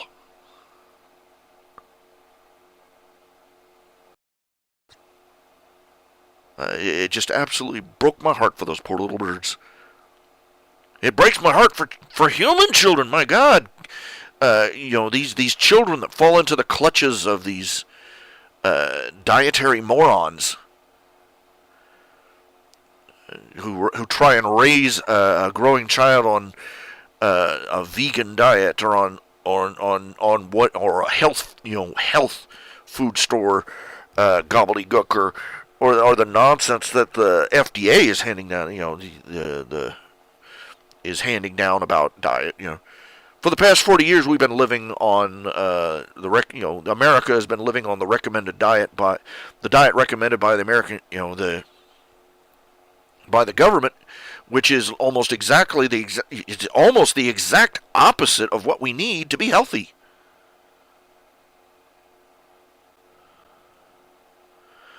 But the very notion of Luna creating these creatures, taking these ponies, turning them into thestrals, creating an entire race who have a natural need.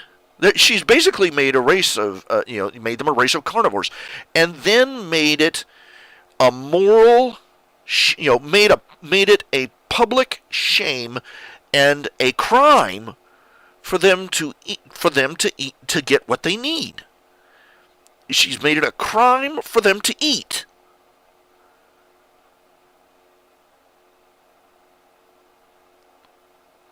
Which means that the writer has implied not only is Luna stupid as a bag of bricks, but that their entire society has this toxic state of moral superiority attitude over any other species that doesn't live on grass and leaves.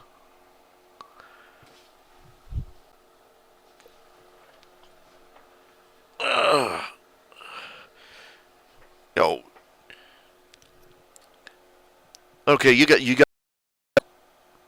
it's a chain of inevitables. You know what I'm implying that they would create a race of carnivores and shame them.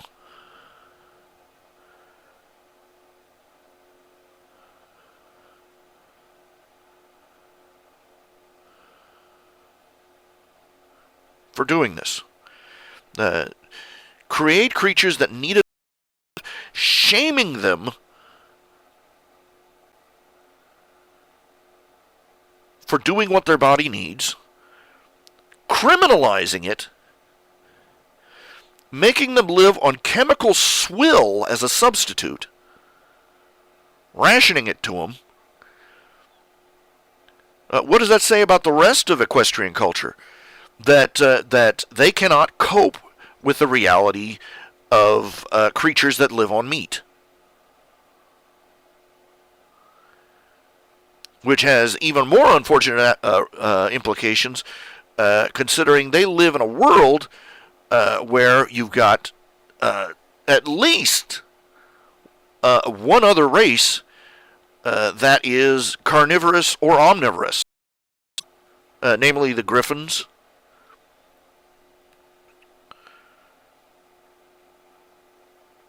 This is probably why this would probably be a justification for why Gilda can't stand ponies, because it's like for her it would be like one of us having to travel through an entire nation of sanctimonious, self-righteous vegans. It's stupid. It's a stupid premise. Look. The idea that the ponies cannot cope with creatures that live on meat or blood is stupid. Okay, think about it. That's even them not being able to cope with pony vampires, is even stupider than them not being able to cope with carnivores. Because think about it. A blood-drinking vampire can hunt, take what it needs, and its prey walks away alive. Maybe a pint low, but alive. We've seen that the ponies, we've seen that they have pets that eat meat. Okay, every last one of the main six has or works with an animal that is a meat eater. Just about. Let's see. Well, I'm not sure what a Galapagos tortoise eats, but I believe they're omnivorous. I've seen turtles drag ducks under, so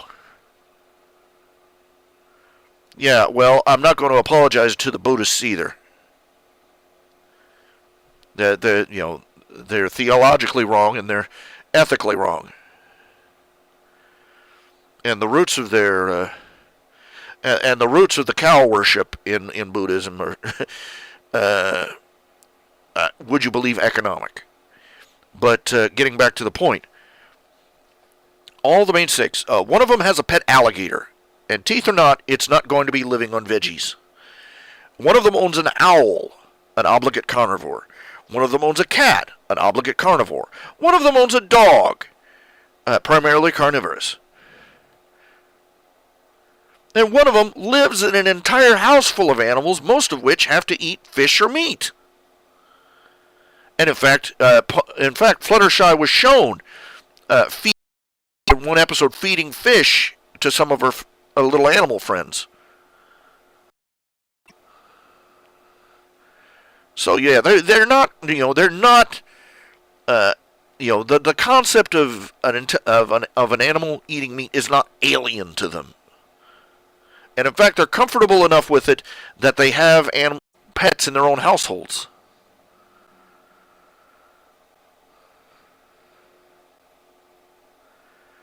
A Galapagos tortoise eats cactuses.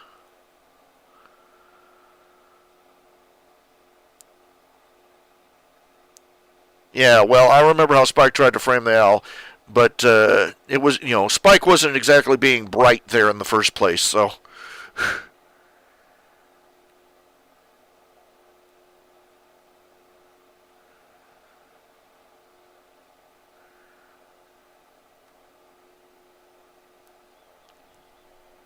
No, it's still stupid.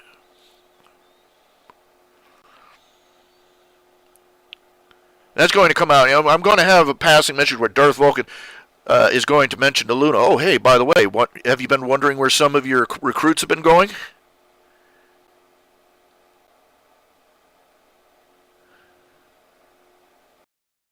And he's going, well, yeah.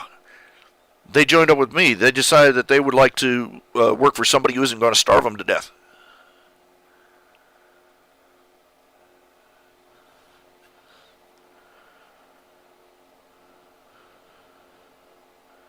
And he's going to rail at her for letting popular opinion dictate how her adopted race of ponies survived.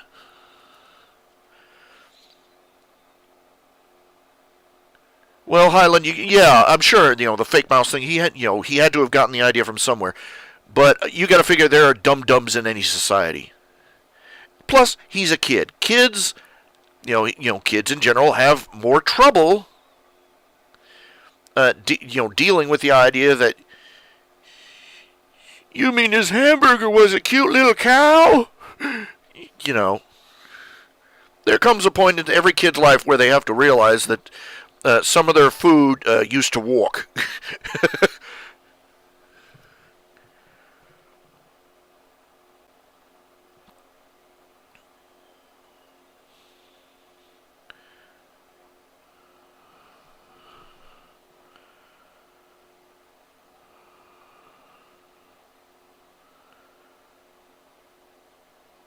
Pinkie Pie may be oblivious, But obviously, Twilight knows that gators don't live on veggies.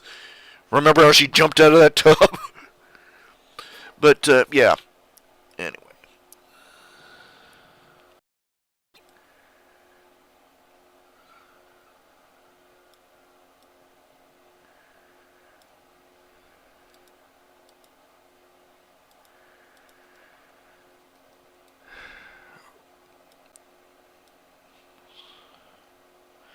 I have the strangest feeling of guilt. Well, I'm not sure guilt is the right word, but I don't know what I'm feeling right now when I'm drawing this picture. When I'm drawing this next page of Tales of the Questor, like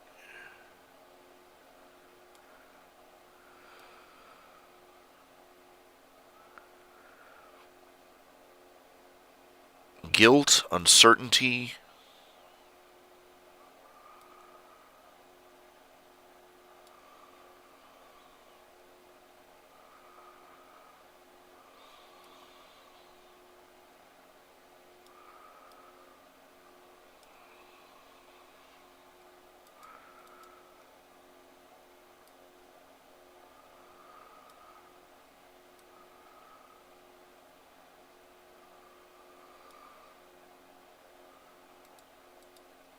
I don't know what.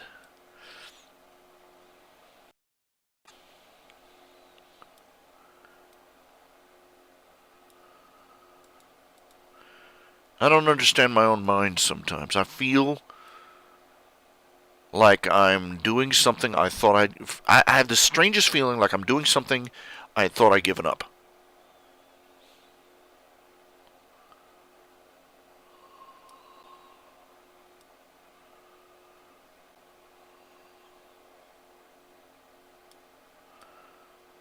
I don't know that way.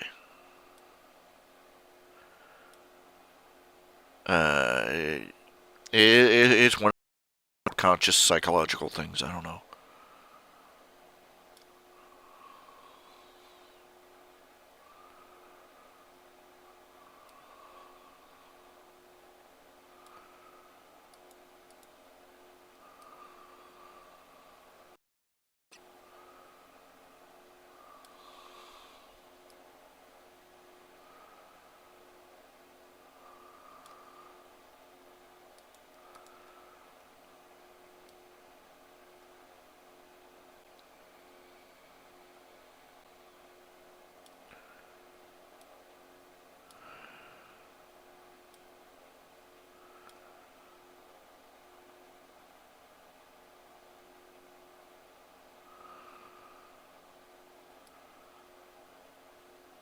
I really don't understand myself sometimes.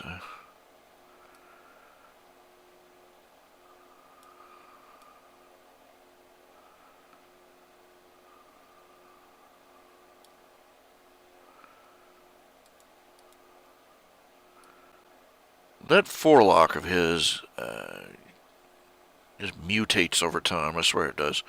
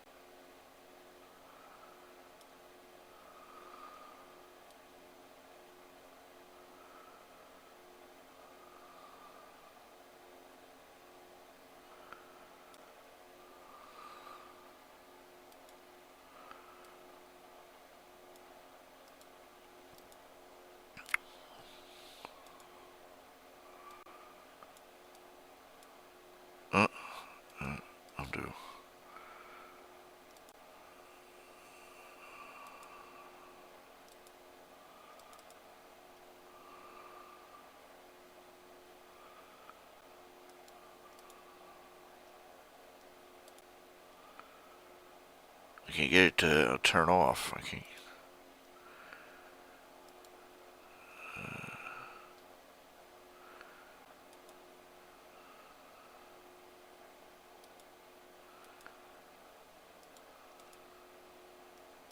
There we go.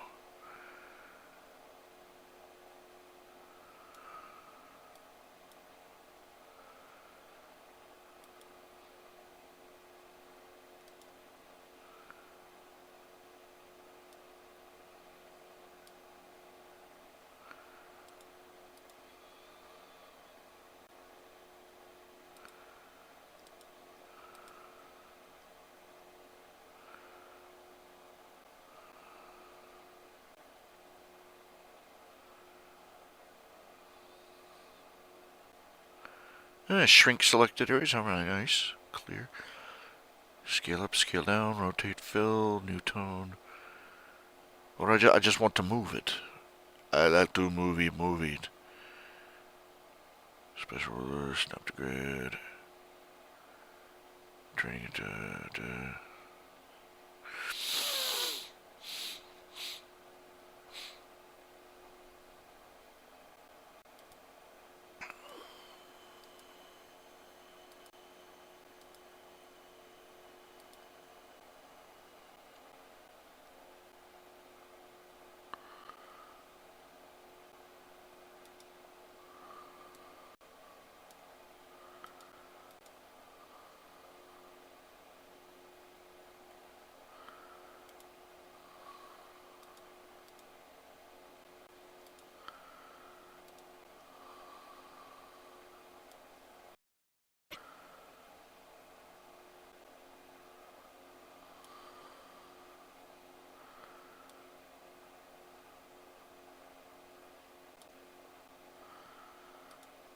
I don't get it.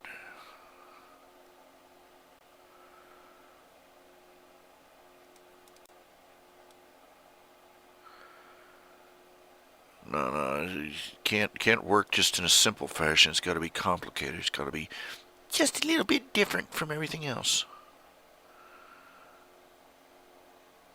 Vertical, flip horizontal, blah blah blah blah, blah blah blah blah blah blah blah, blah blah blah blah blah blah. Decoration. Interesting.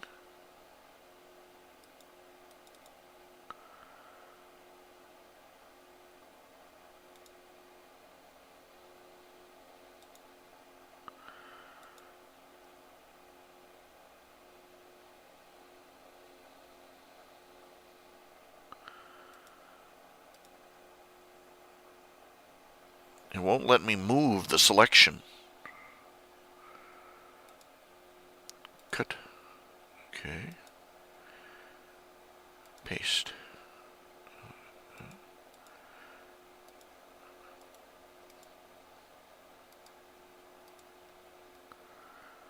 What the?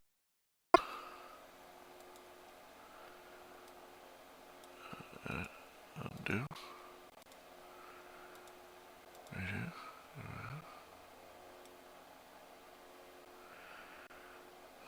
Back and forth. No, it's at all to move it just like a half inch. Oh, that crap. Jeez. All right.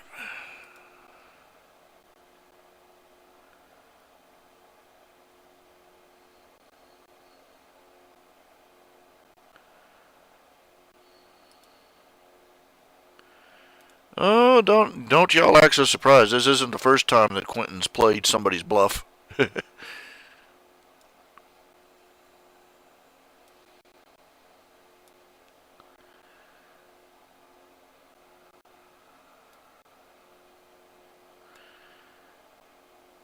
I feel bad.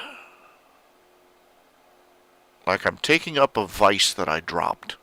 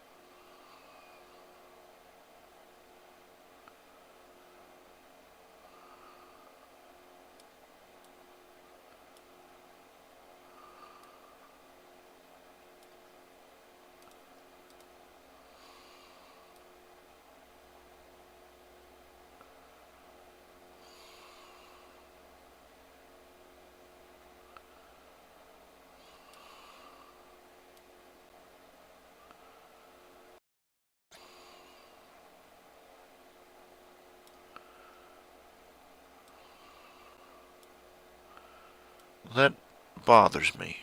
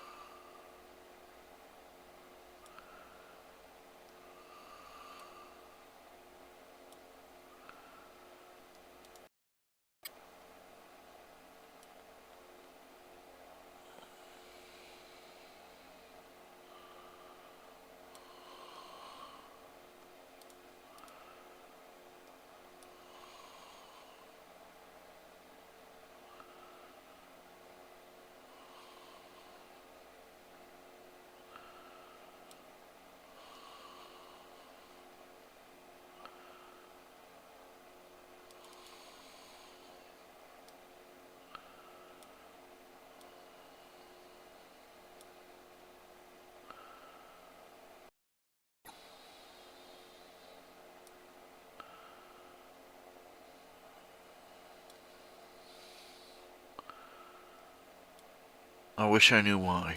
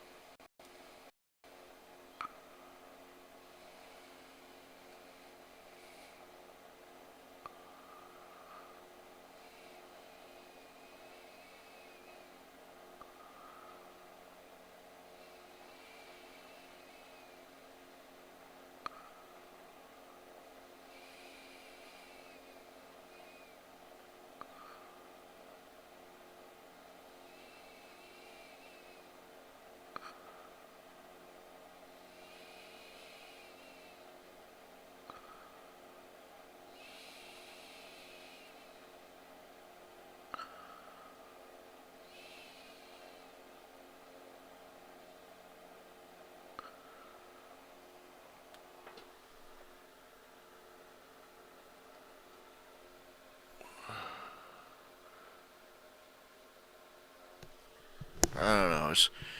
Maybe it's something I'm misdirecting. People can have very peculiar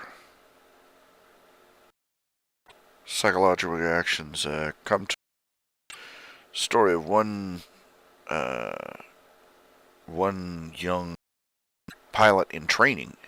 I don't know if he was if he was training for a civilian license or he was a military, but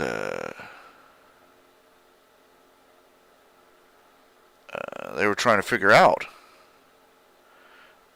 whenever he was up on a training flying maneuvers, he would get the command over the radio, to veer right. And every time I heard it, for some reason, and he would instinctively go left. Just he looked out for it. He watched himself for it. He tried to figure out why it was. He'd get that order barked over there, veer right, and he would promptly just whoosh, and he'd flunk the flight exam couple of times already because of it.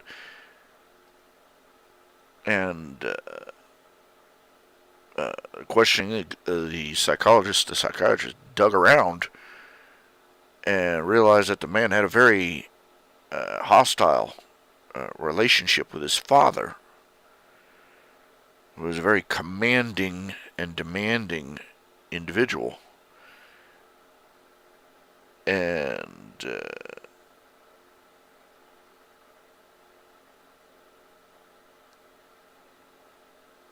that for whatever reason, his flight instructor, especially when he was calling instructions over the radio, sounded almost exactly like his father. And despite everything, when he barked out that particular word, he sounded just like his father, and he was instinctively rebelling. Just literally a knee-jerk reaction to do the exact opposite of what his hindbrain thought his father was telling him to do.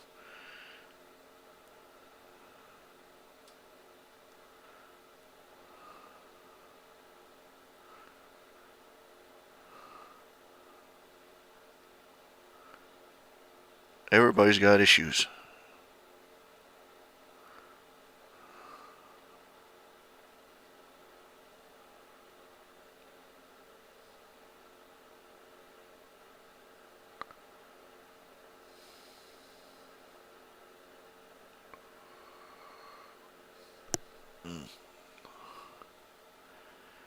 And some of my reactions to certain things are so automatic, and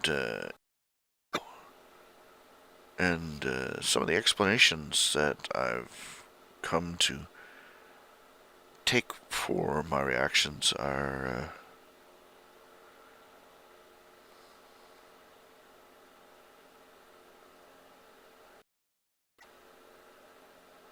well, some of my reactions to certain things are just so just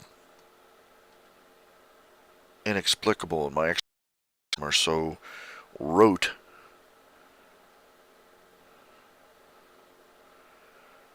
that I can't help wondering, what the, what's making me tick.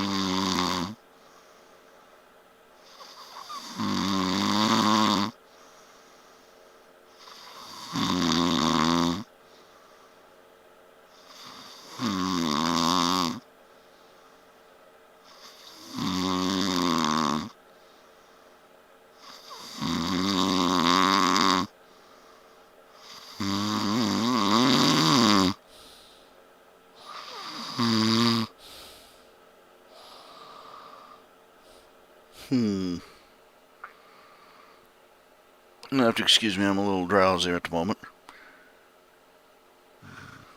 Run up a lot of energy and then burn it right back off again. Trying to think, but nothing's happening. The wheel's turning, but the hamster's dead.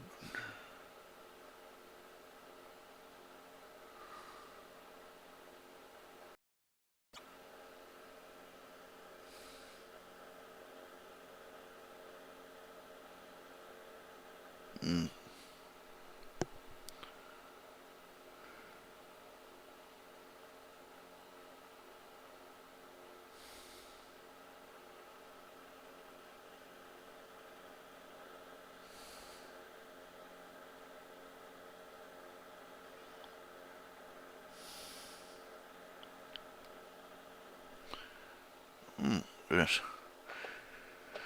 Starting to doze off in my seat here. Wiki, eggs and bakey. Yay! Sorry about that.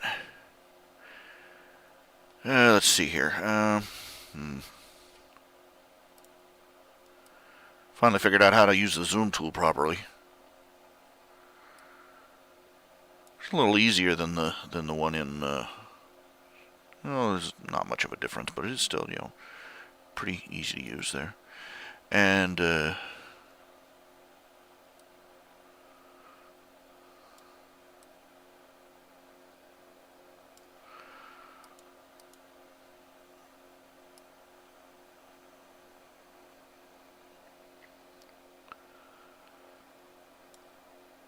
I think I've finally got a finger on what Darth Vulcan's vice is supposed to be.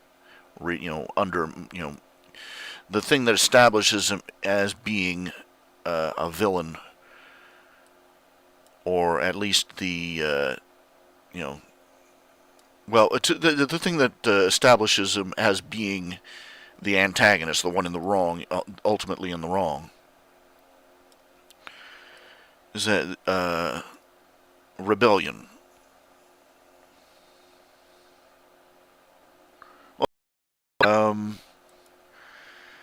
Is that all these things that he's rebelling against? All these, basically what we regarded as heroic changes he's causing. The incident with Heartroot, the broken birds, so on and so forth. He's not fighting the man because the man is doing things in unjust things. He's overturning unjust things because they're by the man. You know what I'm saying? He's rebelling for rebellion's sake. And the fact that he is causing beneficial things to happen is irrelevant to him. It's more about he's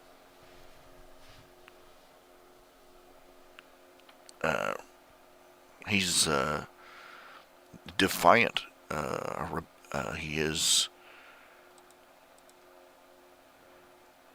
He is causing so much. He's causing so much grief for Celestia and Luna because they're authority figures, and that's the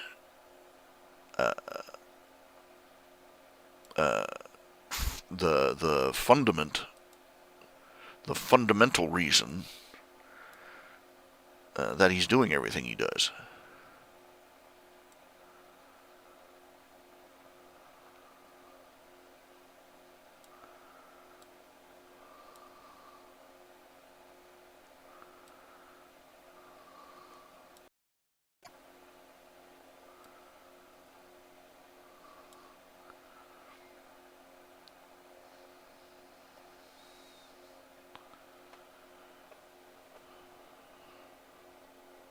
He's into rebellion for rebellion's sake. That isn't in a forefront of his thoughts, but at some point he's going to sit down and realize it.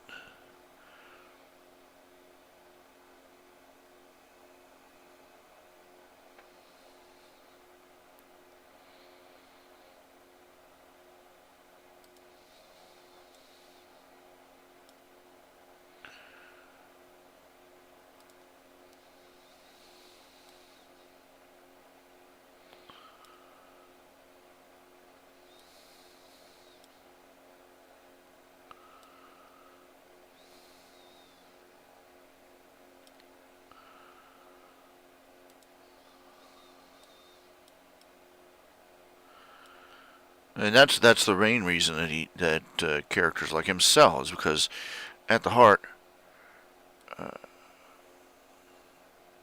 we all have a rebellious streak. We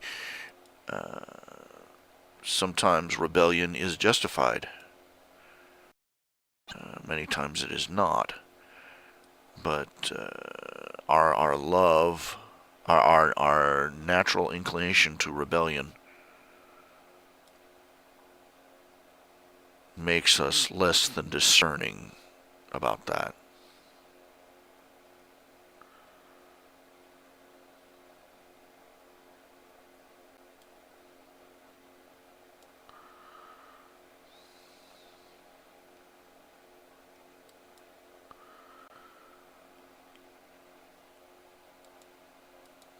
That's one of the things that distresses me a lot, is because for all the so-called righteous causes I stand up for, uh, I know deep down that I get a rush out of the fact that I am being rebellious, that I am rebelling against whatever authority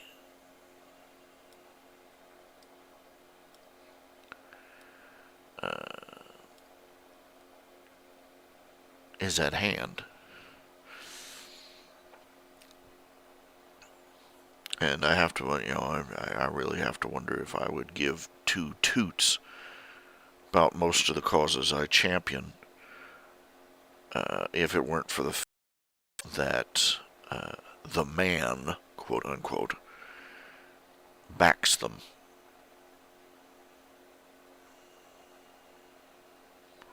Do I resent the drill sergeant nasty villain antagonist because he's corrupt and immoral and cruel, or am I just pissed off that he's an authority figure?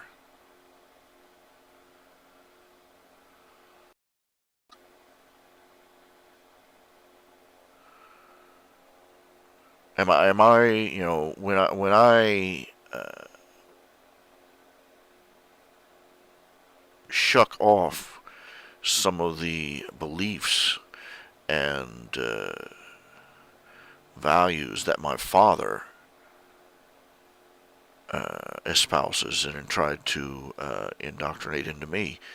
Am I doing it because I sincerely believe that he is advocating is incorrect or wrong, or am I doing it just because it's Dad doing it, saying it?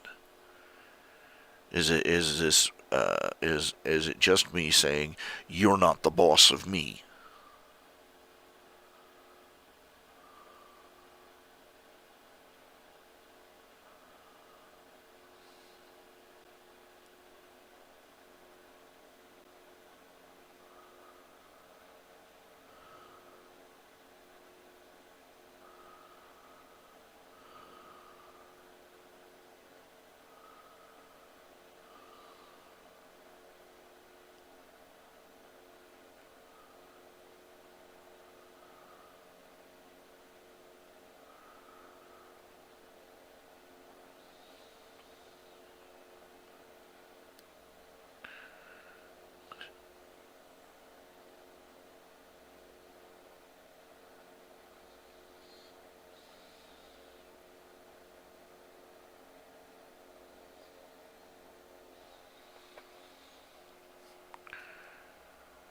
I worry about that a lot, and I'm often come to the depressing conclusion that that's my strongest motivator.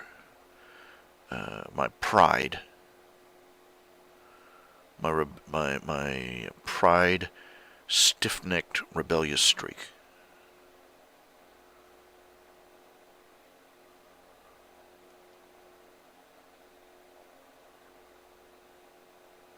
And it's a source of sadness and shame in my life.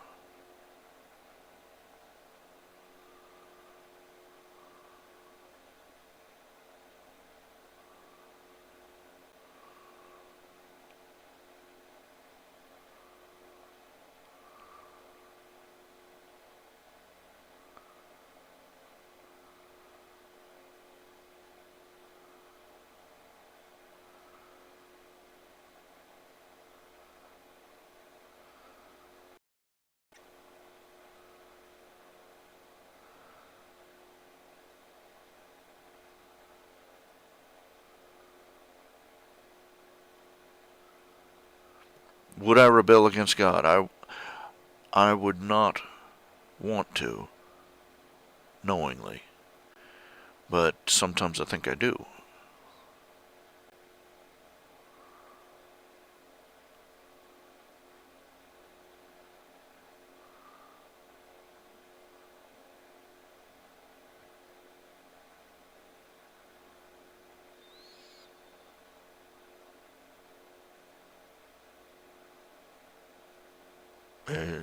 There's a big part of me that says I want to do this all my way.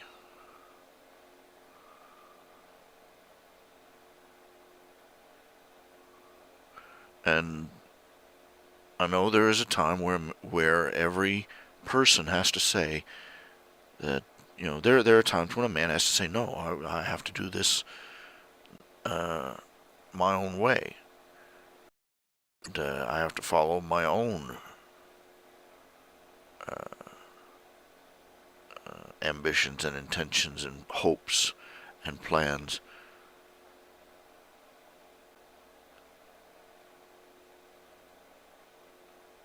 And there are a great number of people who have made a name for themselves telling people that doing this, that, or the other is rebelling against God. This is how the Roman Catholic Church kept power throughout the Dark Ages, by telling people that to go against them was to go against God.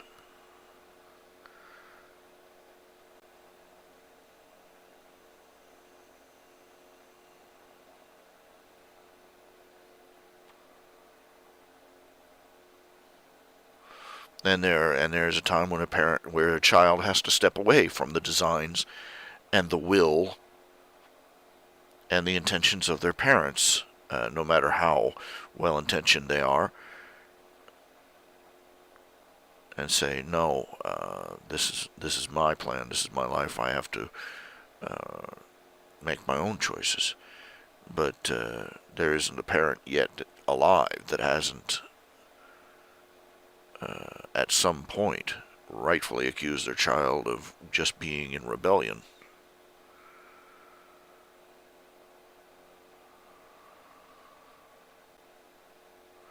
It just there are people who flat out say, and do flat out say, that what I am doing, that I write fantasy comics, that I write science fiction comics. They're telling me that this is ungodly, and because I persist in doing it, that I'm in rebellion against Christ.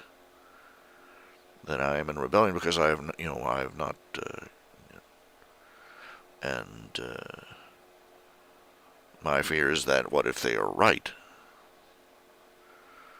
And reason does not answer to that fear. Or rather, that fear does not answer to reasoned out arguments.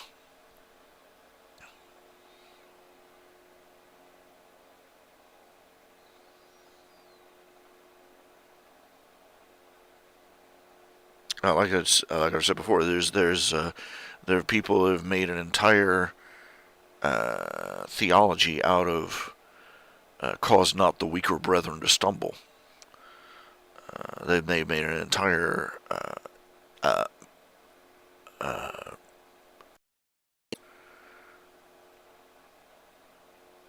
an entire system, an entire factory, production factory for legalisms out of cause not the weaker brethren to stumble. They found, and they found they've used it as a one-size-fit-all excuse to condemn any pop culture phenomenon they personally dislike.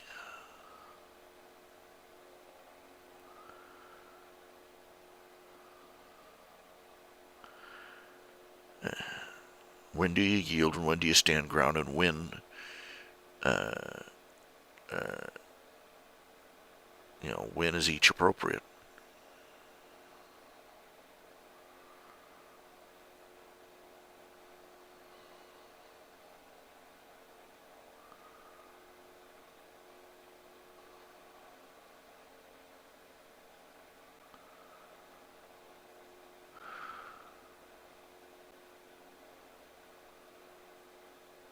This is the splitting line: God's will and free will.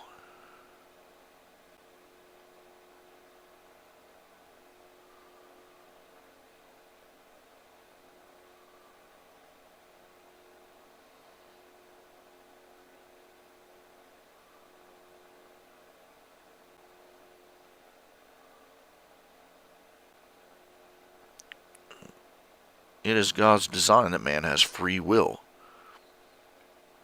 But if, like many, but if, like more than one theologian in my own experience has said that the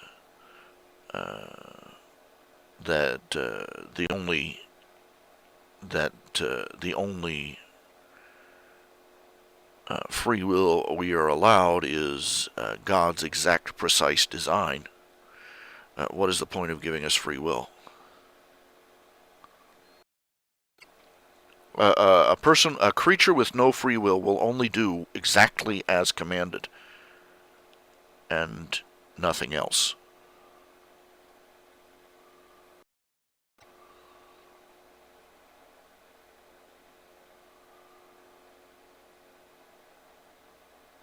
Does God have an exact, precise plan for everything we do, or does He say, "Follow my guidelines, but set your own"? Does He say, "Set your own course"?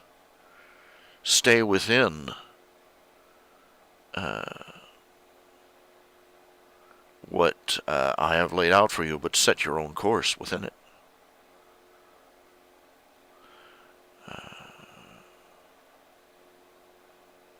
What I have seen and what I have reasoned and what I understand says the latter.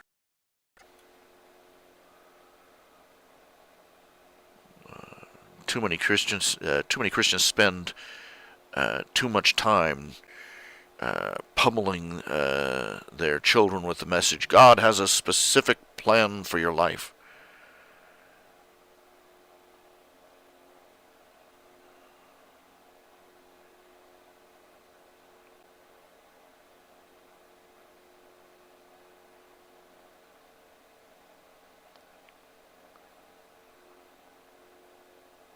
To the point where there are young Christian men who are afraid to make a choice between two shirts to buy without stopping and going into prayer for God's guidance on which shirt to get.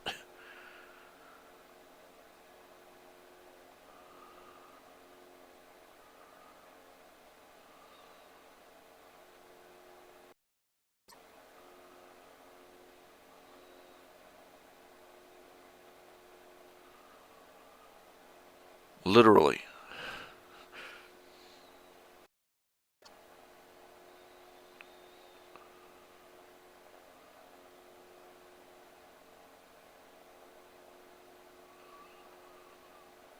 I think God gives us more free range of movement than that.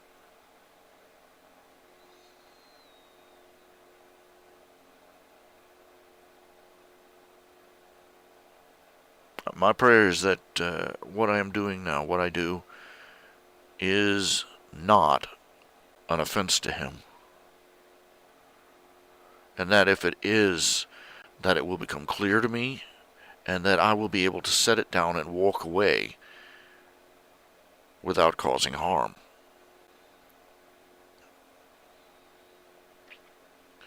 I have something before me that has to be done.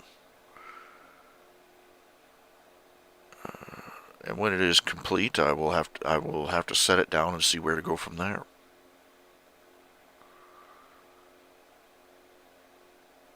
I do that with every project I start. I have to pick it up, take it to its conclusion, and set it down.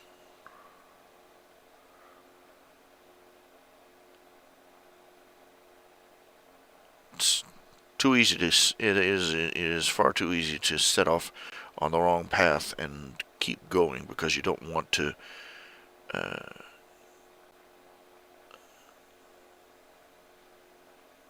I've gone this far. I can't stop now.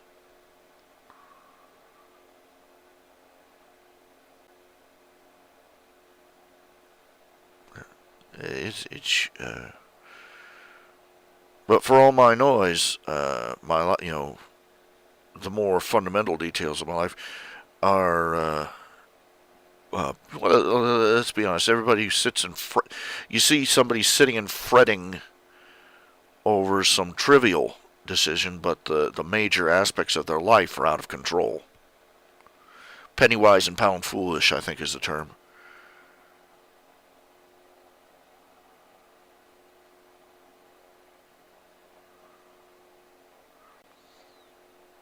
They'll spend more time fretting over how long their hair is. The Bible says that a man shouldn't, a man having long hair is a shame to him. How long is too long? I should trim my hair short. Maybe I'll just shave myself bald. They expend more effort worrying about how long a Christian should cut their hair than worrying about how they treat their neighbor. Latter-day Pharisees.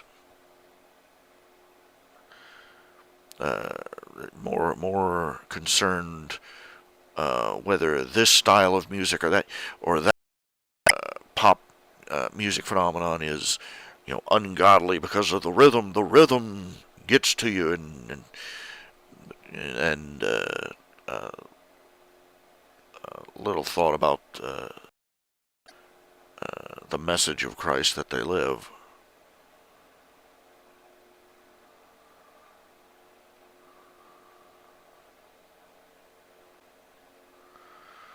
There are Christians who will go to war with their own church about whether it's ungodly for a man to grow a beard. Seriously, that is crazy. That crazy town time. Absolute crazy town time. There are churches. One pastor, he just to prove a point, he started letting his beard grow. This was back in the 70s. We just gotten through with the hippies and stuff. He just started letting his beard grow. And as his beard grew, the attendance in his church dropped off. Then he shaved it back off, and surprise, everybody came back again. Oh, he's a good preacher again. Hadn't changed his sermons a bit. People are foolish. As unscriptural foolishness. If anything, his shaving his beard is less scriptural than him growing it. Well, moving on. Okay, after the Kickstarter ends, the Kickstarter is going to end Christmas Eve. I'm going to send out emails requesting everybody to give a description of their character. Or whether they just want a caricature of themselves or what. And I will compile that. I will start drawing on January. I will start the program, the project itself, January 1st. Because that's when By that point, all the transactions will be processed, and I will have received emails from everybody that is participating as to what the character should look like. I got 50 characters here, 52 donors, and so uh,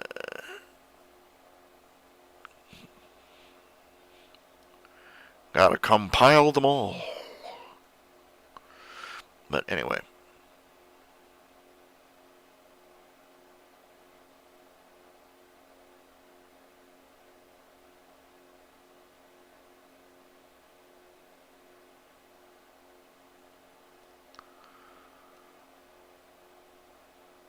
You know, I think when it comes down to it, when we get to heaven, we are going to every last one of us is going to be astonished. God did and didn't care about.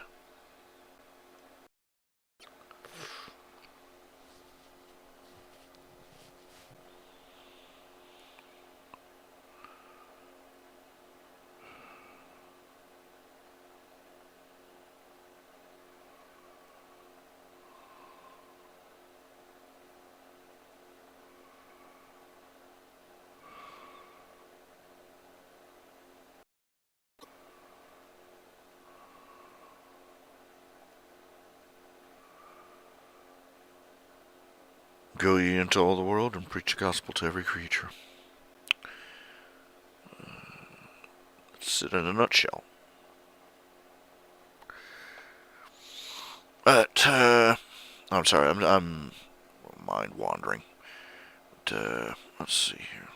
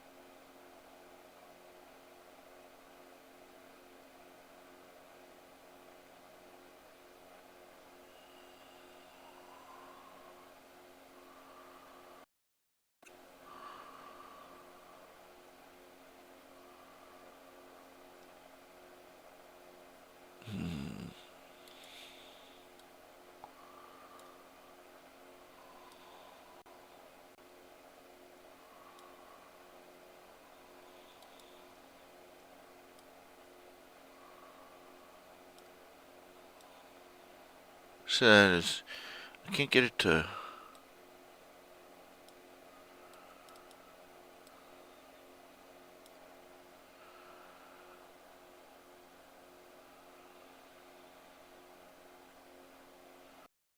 Why won't the marquee move?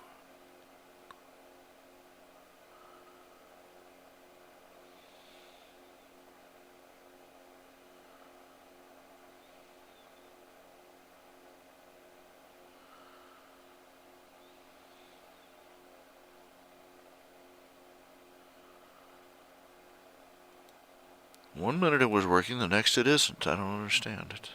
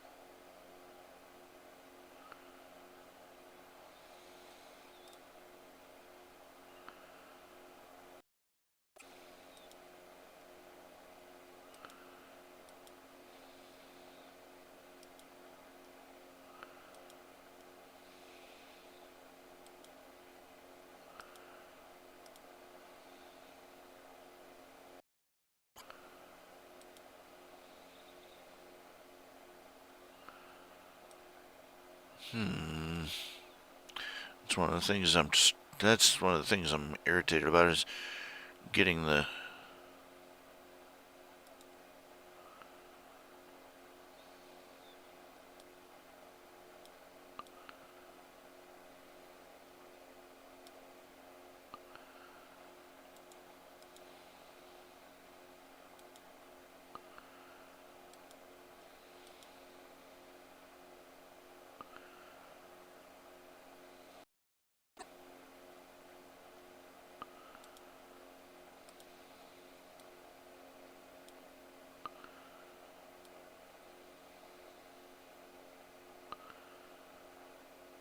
There we go.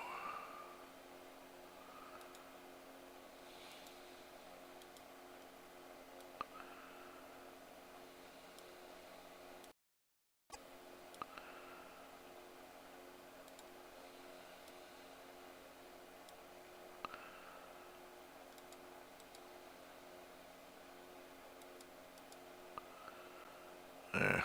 I don't know what it's doing.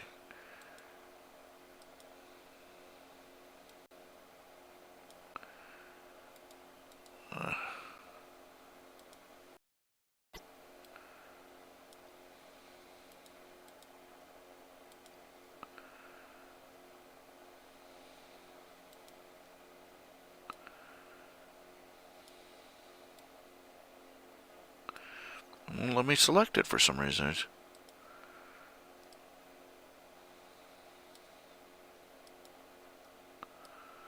I don't know. It's confusing.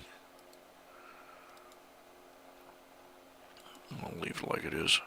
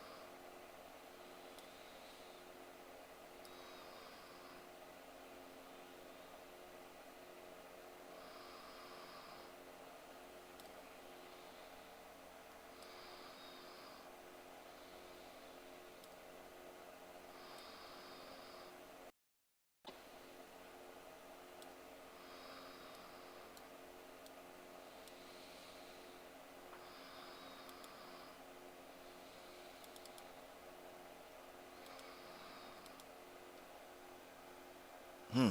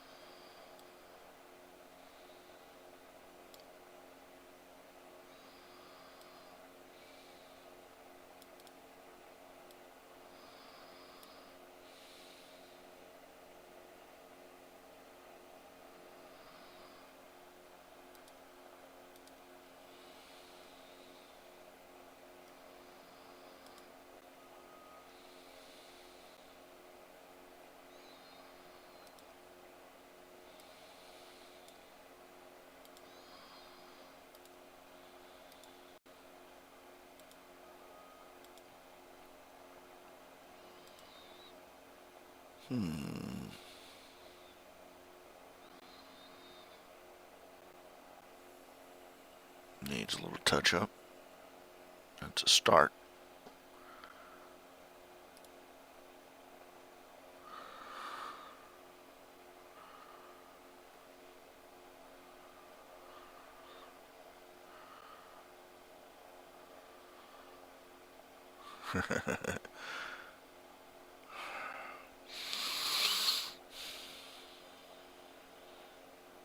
Mm.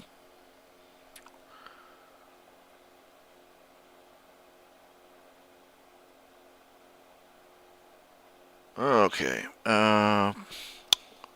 Moving on to a new topic. I'm talking about the Equestria Girls spin-off they've done of My Little Pony. That aggravates me for so many different reasons.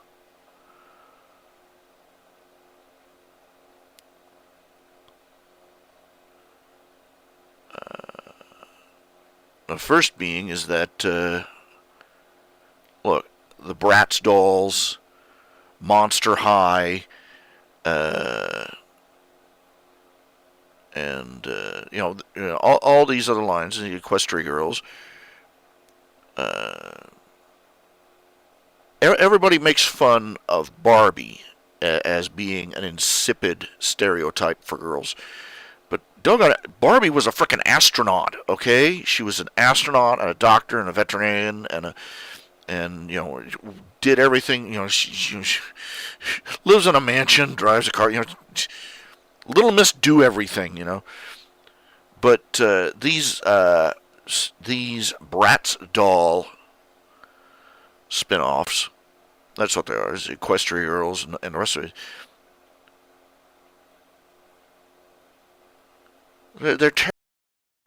They're shopping mall bimbo. This is the archetype they want for the girls. The shopping mall bimbo. Well, they have their cell phone and they dress so fashionable, and they're going to the mall to go shopping. That's the market that they're appealing to. Have you seen those Monster High dolls? They look like goth sluts.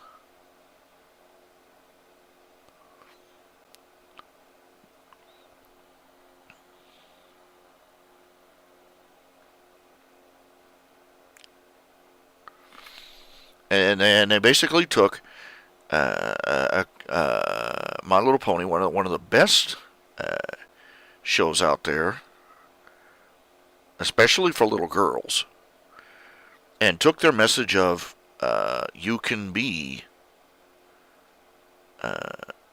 anything, and they took an entire they took the show with its wide open message about about how a girl could be anything that she wanted to be, and there's nothing wrong with that message, and about how there was to life than just being a pretty face. This with a sprawling, wide open universe. And they lobotomized it, and they deformed it, mashed it down, and crammed it down into a teeny tiny little prefabbed tin called high school drama.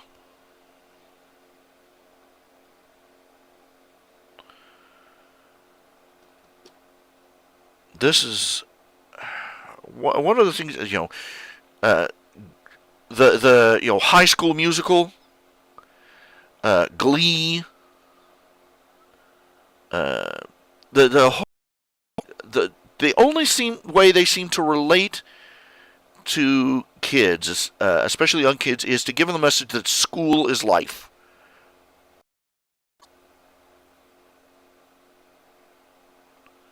Their idea of what life is between the ages of 5 and 21 is school.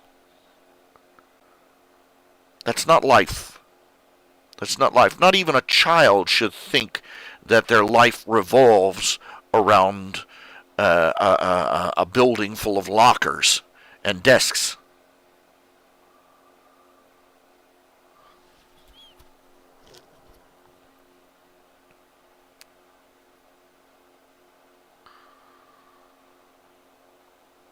Yeah, let's take here. Let me talk about these. Are toy lines. Let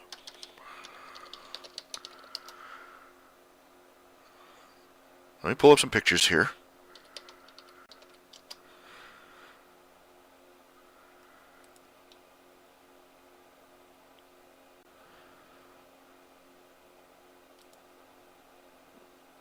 Look at that. That's what they're marketing to your little 12-year-old kid, little 12-year-old daughter or sister.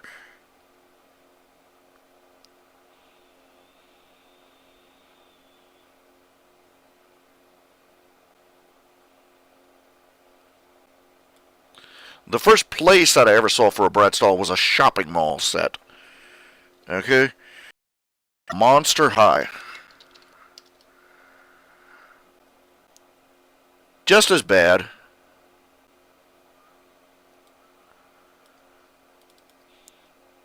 The teen mall bimbo slut motif. Goth version.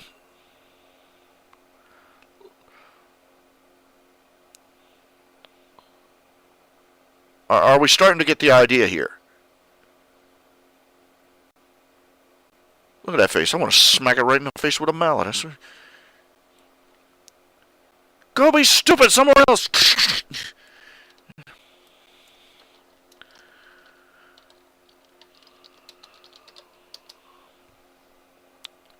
And now look at Equestria Girls.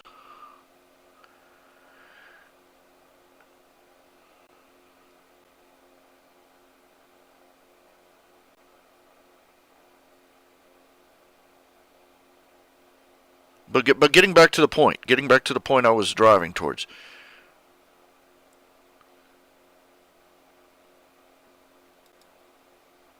These characters are adults in their world, okay? They were adults.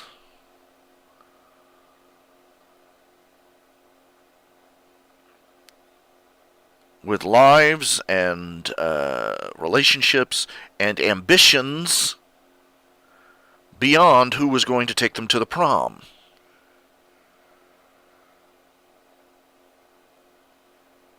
And they stripped that away. My opinion is that no.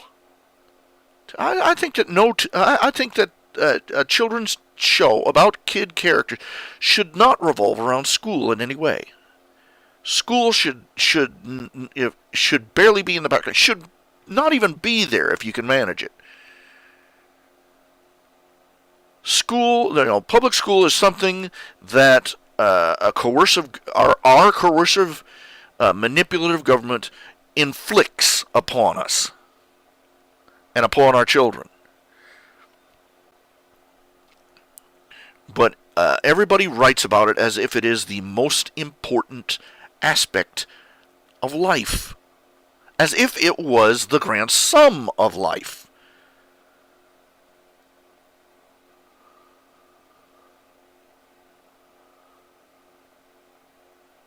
You don't think so? Think about it. I mean, how many shows have you seen where you've got a kid who is literally a freaking genius? Okay, would already have a degree from Caltech, and or they're involved in some sort of battle to save the world from alien invaders or creatures from another dimension or whatever. And in spite of all this crap, they're expected to go to school every day, public school.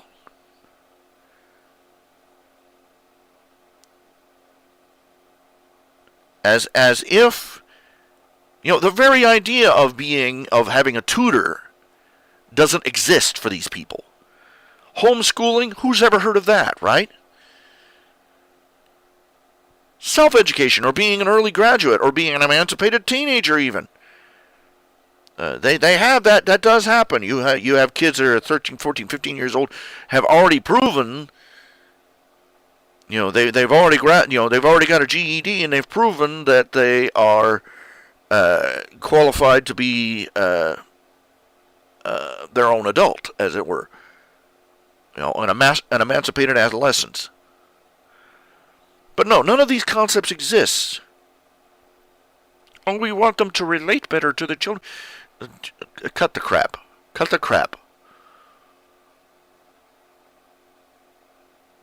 It is written by people for whom their high school years were the last time their life had any meaning.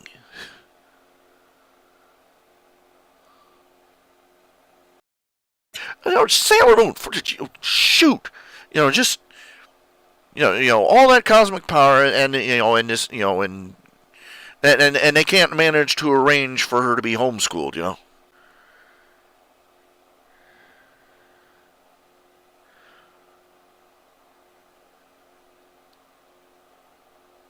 I mean, even just the Japanese are especially. Every anime has got to.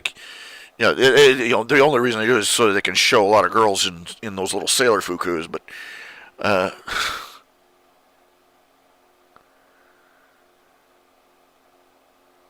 I'm sorry. Even Neon Evangelion, whatever it was called, frickin' stupid.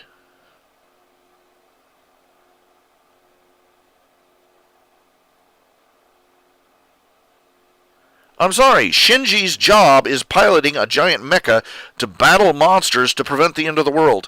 That's a little bit more important than him socializing in a public school setting. I think if they can spring for a giant mecha for Shinji to drive, they can spring for a home tutor or a correspondence course.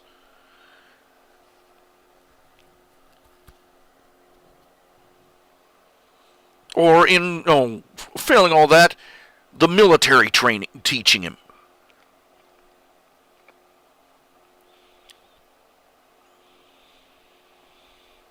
Of course, the objective in the series was to psychologically traumatize all the pilots so bad that they would bond with their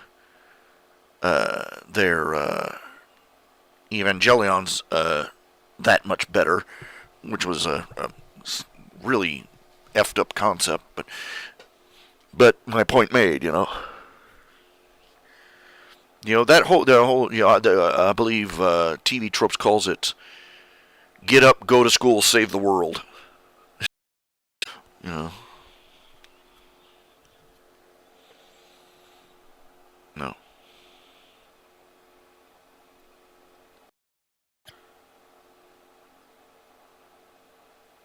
And frankly, no responsible parent would willing to turn their kid over to government education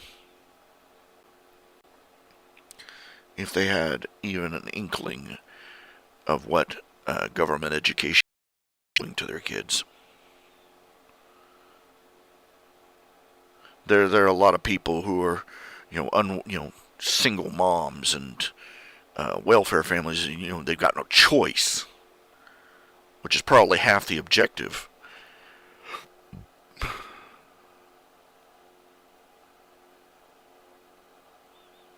But the majority of people would sacrifice a lot of their comfort to see that their child was raised well and educated well. And they would do it themselves. And they're perfectly capable of doing it themselves. They always have been.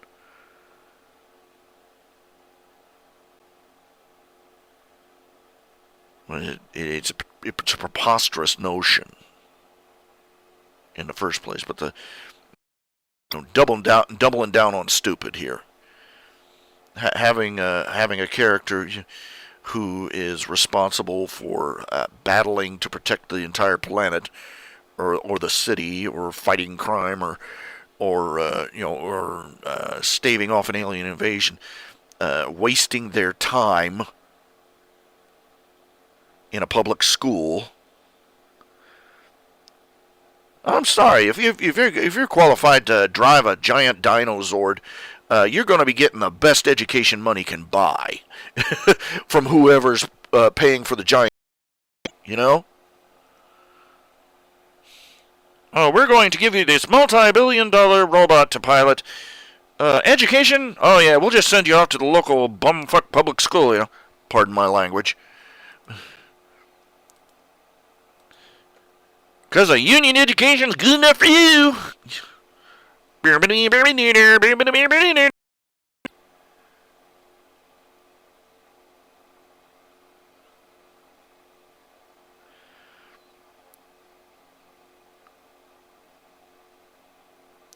Anybody, I've got a book for anybody who thinks that a public school is the proper way to socialize your child. Lord of the Flies.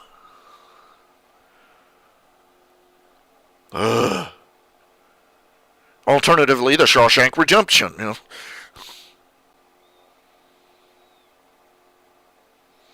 Well, you're going to go with the premise that a high schooler is given, all these phenomenal cosmic powers, or is the only one who can pilot the giant mecha, or is secretly a princess from the moon, or whatever. If you're going to go with that, you're going to have to, let's go with the idea that maybe after they've ascended, or developed their mutant powers or whatever, that it's time to take them out of public school.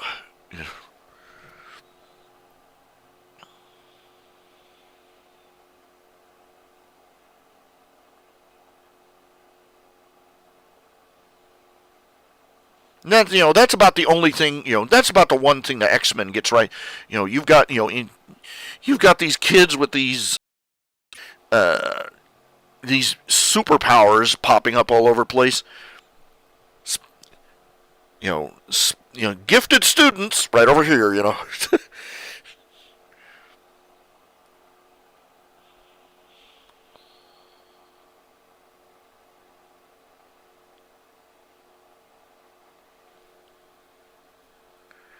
Yeah, that's kind of a bugger too. Where adults are useless is the name of the trope. Where the kids have to save the world and the parents are not only oblivious but ragingly stupid. Of course, you realize what would happen if the parents actually knew what was going on.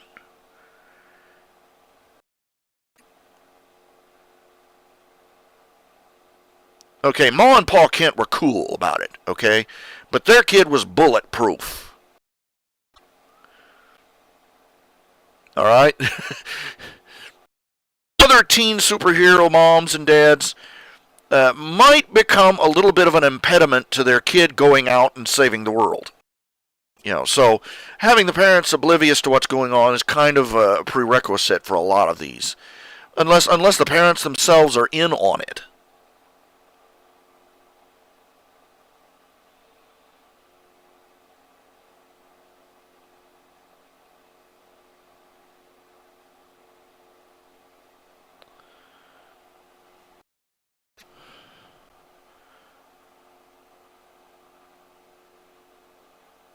The young adventurer trope.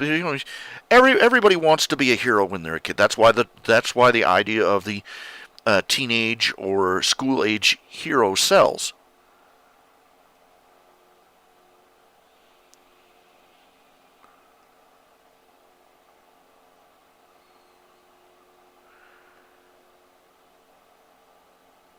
But it has its limits, and unfortunately, the trope comes up with a lot of baggage that is badly thought out.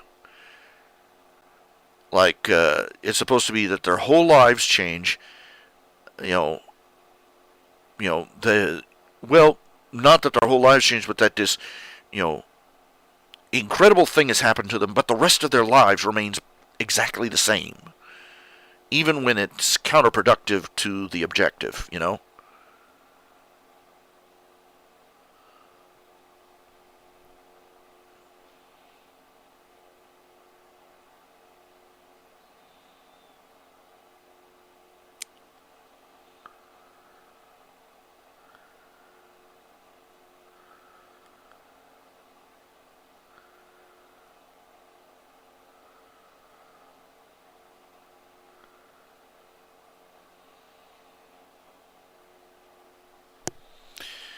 Uh, think through the implications. That's one of the first rules of writing. Uh, that should be one of the first rules of life, really. But a lot of the problems we face are due to the people who can't think past the first iteration. They don't think 3, 4, 5 moves ahead. And in fact, sometimes they'll skip a move in the middle. Step 1, do this. Step 2, whatever. Step 3, profit.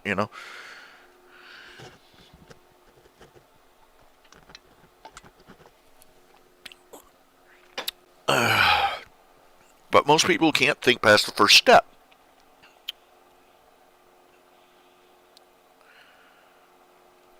That's the source of a lot of these the most common tropes. And for instance, superhero comics, you've got all these people running around with this advanced alien super genius mutant super tech, but the average person still drives to work in a internal combustion engine car. Of course, they don't think a couple of steps ahead. Uh, you want to keep the environment that the heroes are in familiar enough to the audience that they can relate. When you're writing, I say a lot. I'm trying to break myself of that habit. When you're writing escapist fiction, the idea is to give the reader, especially a young reader, the idea that they can imagine a place where they can imagine themselves in that same situation.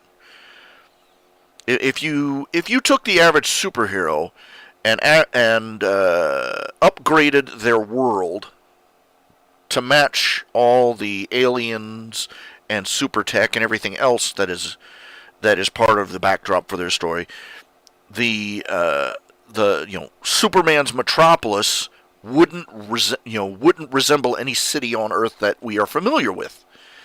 They tried that for a while. For about a year, they had Metropolis get access to Kryptonian technology, and they became Metropolis became literally the city of the future. They had more futuristic looking buildings and flying cars and everything else, and then they all retconned it at the end because after about a year, because apparently somebody decided they couldn't relate to it.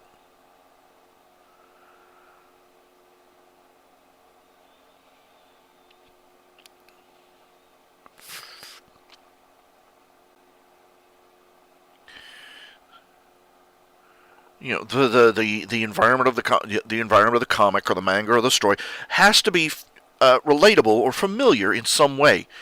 But a lot of people are really, really sloppy about that. They can't imagine that you can change the background, and they can't seem to think through changing the background and still keeping the foreground recognizable.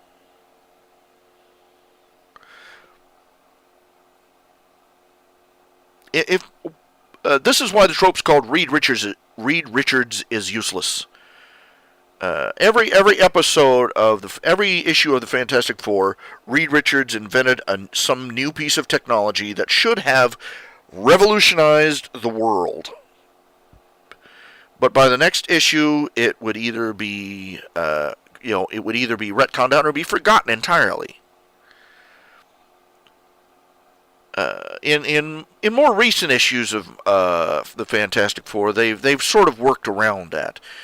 The Fantastic Four fund everything they do with lots and lots of little inventions he makes. Odds and ends, like depilatory cream. In one issue, he invented a sort of a EpiPen that would remove facial hair, and it's just odd little things. He'd like write a blueprint out on like a memo on one side, stick it over here. Here, invent this, and send it off to the factory to be made to fund more of his giant quantum space laser telescopes and stuff.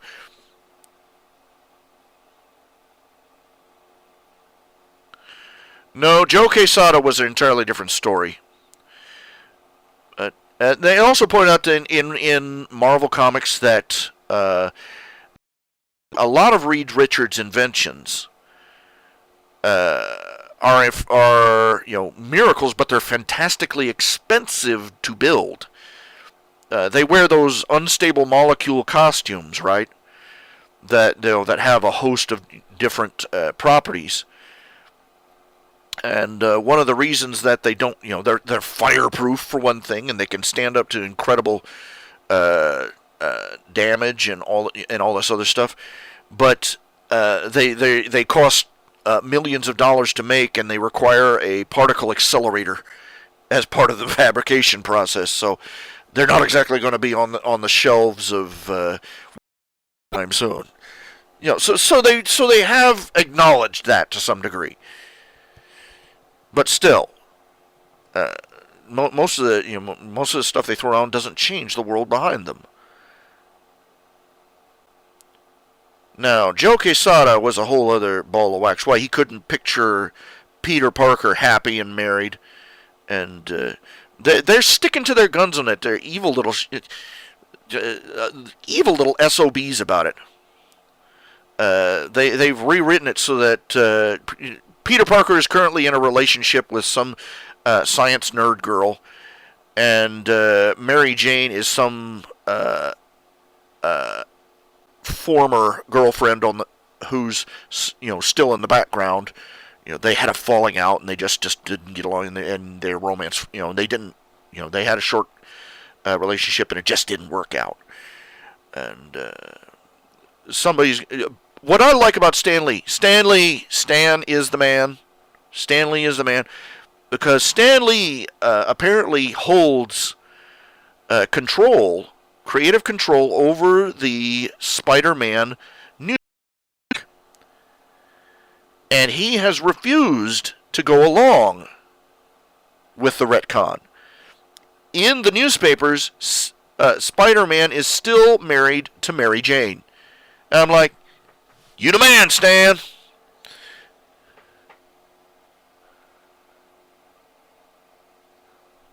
But, yeah.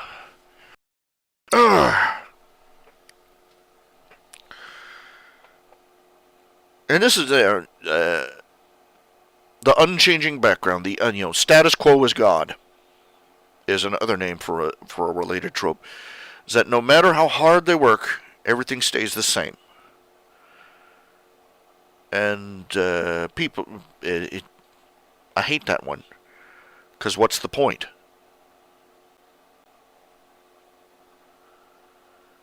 after about the third season of seeing the villain escape yet again,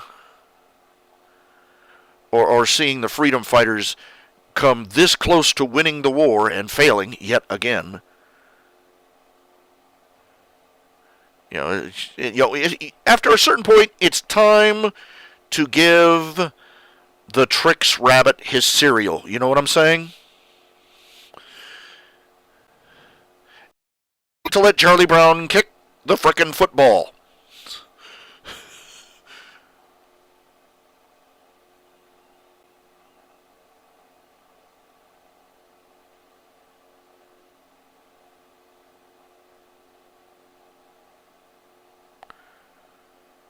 Joe Quesada, the cheesehead.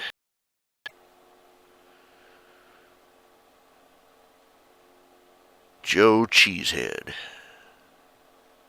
Long may he rot.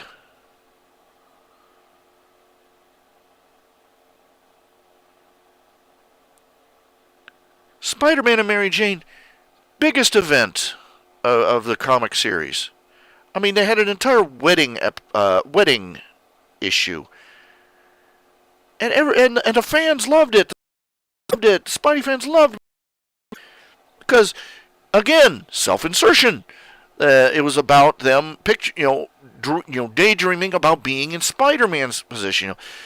Cool spider powers, exciting adventures, and a hot girlfriend who became the hot wife. And in spite of everything, in spite of all it was back in the Mary Jane epoch. Spider-Man, no matter how hard he struggled, no matter how much he said, he still had something that he'd go home to that made him happy. And Joe Quesada took that away.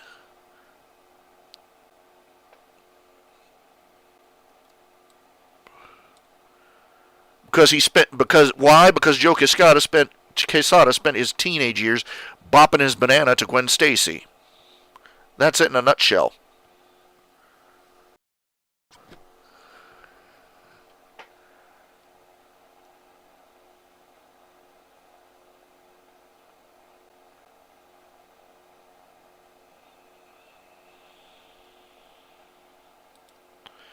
Not that I'm bitter or anything. I mean, this is a angry, bitter thing for me. Is Peter Parker got his happily ever after, and Joe Quesada methodically took it all away. And I have despised the man ever since.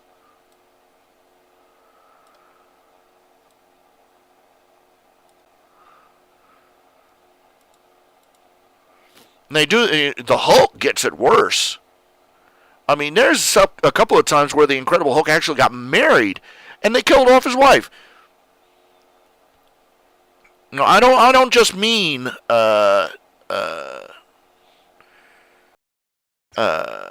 Bruce Banner. Bruce Banner got married, and they killed off his wife. Had her die of a horrible radiation poisoning that she supposedly got just from being around. They thought it was because she just being around the Hulk and being married to him. Yeah, you could do the math there. And it turned out that a villain with radioactive blood had managed to get it and sneak in and get it injected into her, which is what killed her. And every time every time Bruce Banner, the Incredible Hulk, was looking to have happiness of any kind, the writers came in. Oh, no. These people need hurt.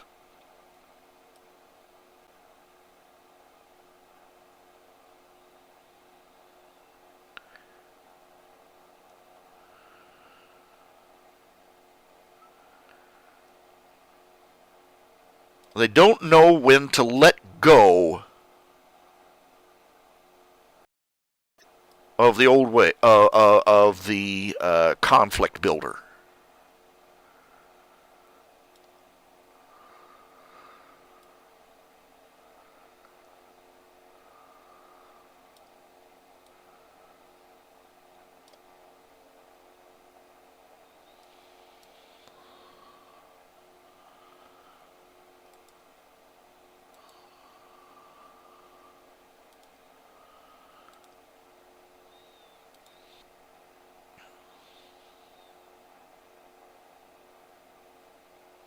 Well, there you have it.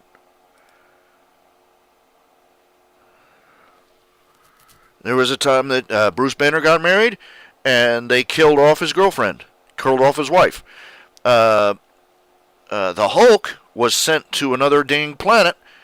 He got stuck in Hulk form, and he got sent to another planet where he conquered an evil warlord and ended up marrying a tall green chick. And then, just for the hell of it, the writers blew up the planet and took that away from him. And F you, Marvel.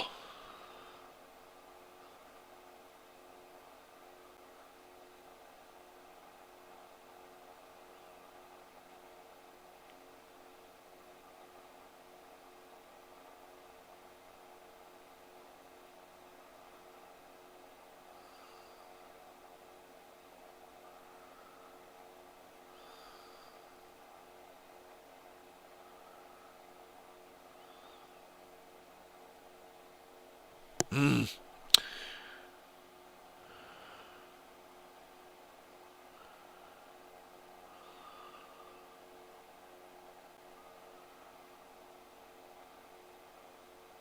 Yeah. Shoot, they sent they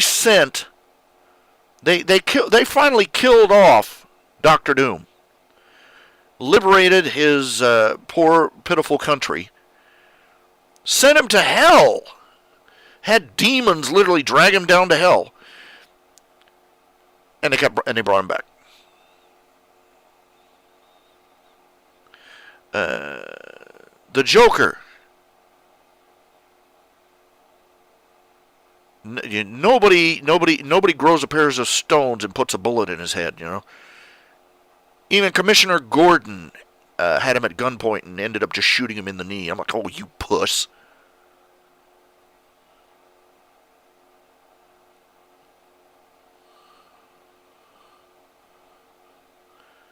Because propagating it is easier than doing anything new or original or taking the story forward. That aggravates me. It just.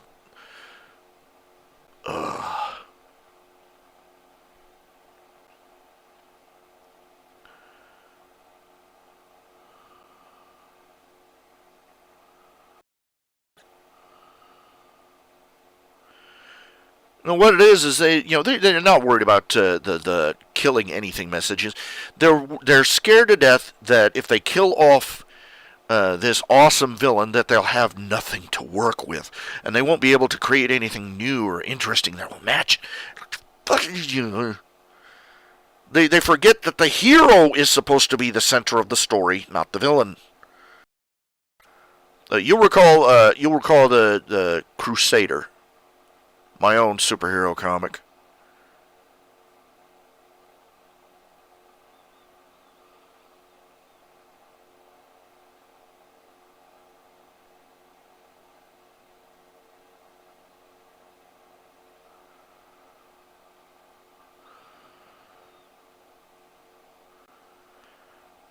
Where they had one episode where a villain named by the name of a 2-page interlude with the brief and unlamented Jackal Lantern, sort of an Urset's Joker. Let's see. Let me see if I can find the page on that.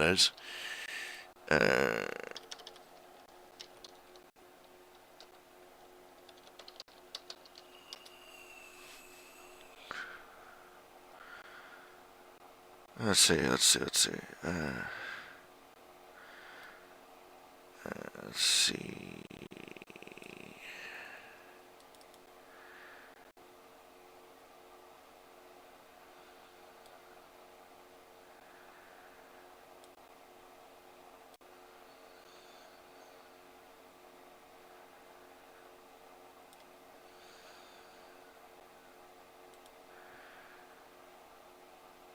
Let's see if I can find it here.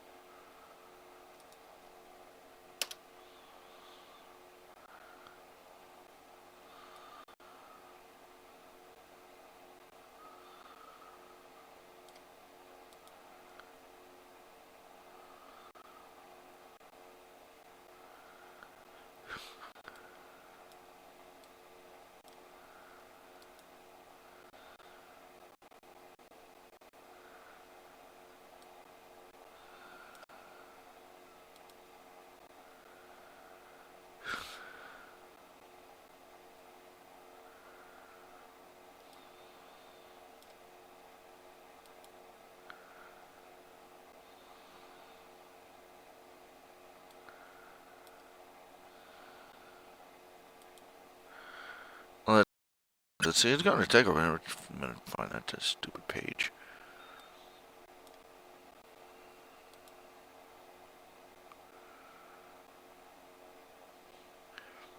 But, I've never really struck the right balance with Crusader, Fellowship of Heroes. On the message I was trying, on the message about a Christian, a superhero who is openly Christian. Wasn't quite sure where I was going with it or what I was trying to say.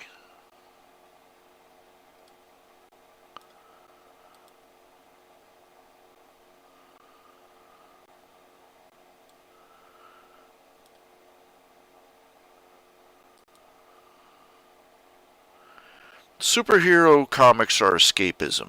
They're all, all comics are escapism. But I'm not exactly sure that it blended well with an openly religious Christian message.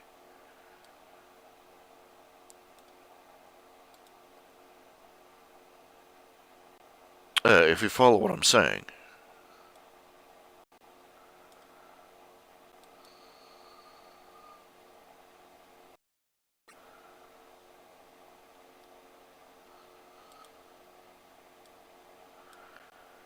Here we go. Jack-o'-lantern.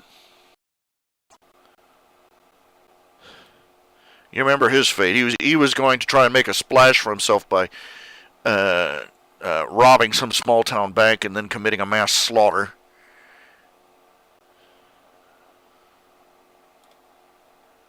Joker style.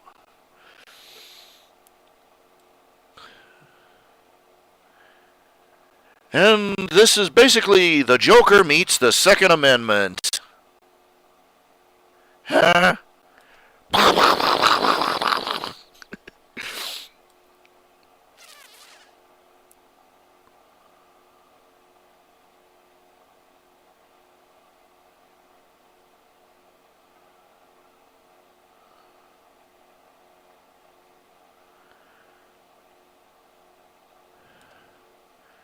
No matter how you put it, no matter what they care to say, no matter the circumstances, every violent crime every violent mass murder killing spree has been stopped by somebody with a gun showing up.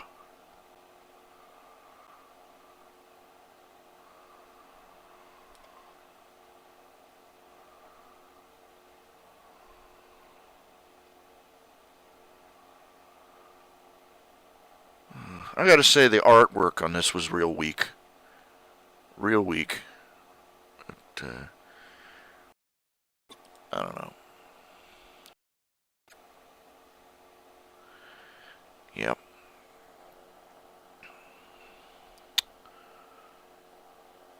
This is one of the ideas you have to try out. Try it out, see if it works, and if it doesn't, you set it aside. You'd be surprised how difficult it is to set an idea aside once you've started it. You don't want to put it down, and or you that's your baby. You come up with a new idea, a new creative idea. That's your baby. Sometimes it's an ugly baby, but but there you go. You want to hang on, even if it's outright bad, even if it's outright wrong. You can't let it go. Well, at 9:43.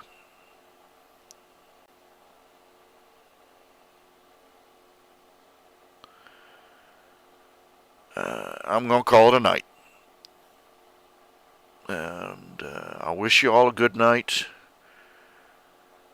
And I'll see you tomorrow night, and we'll pick up where we left off.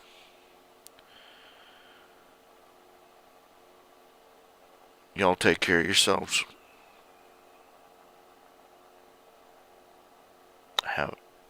Say a prayer for me. Good night.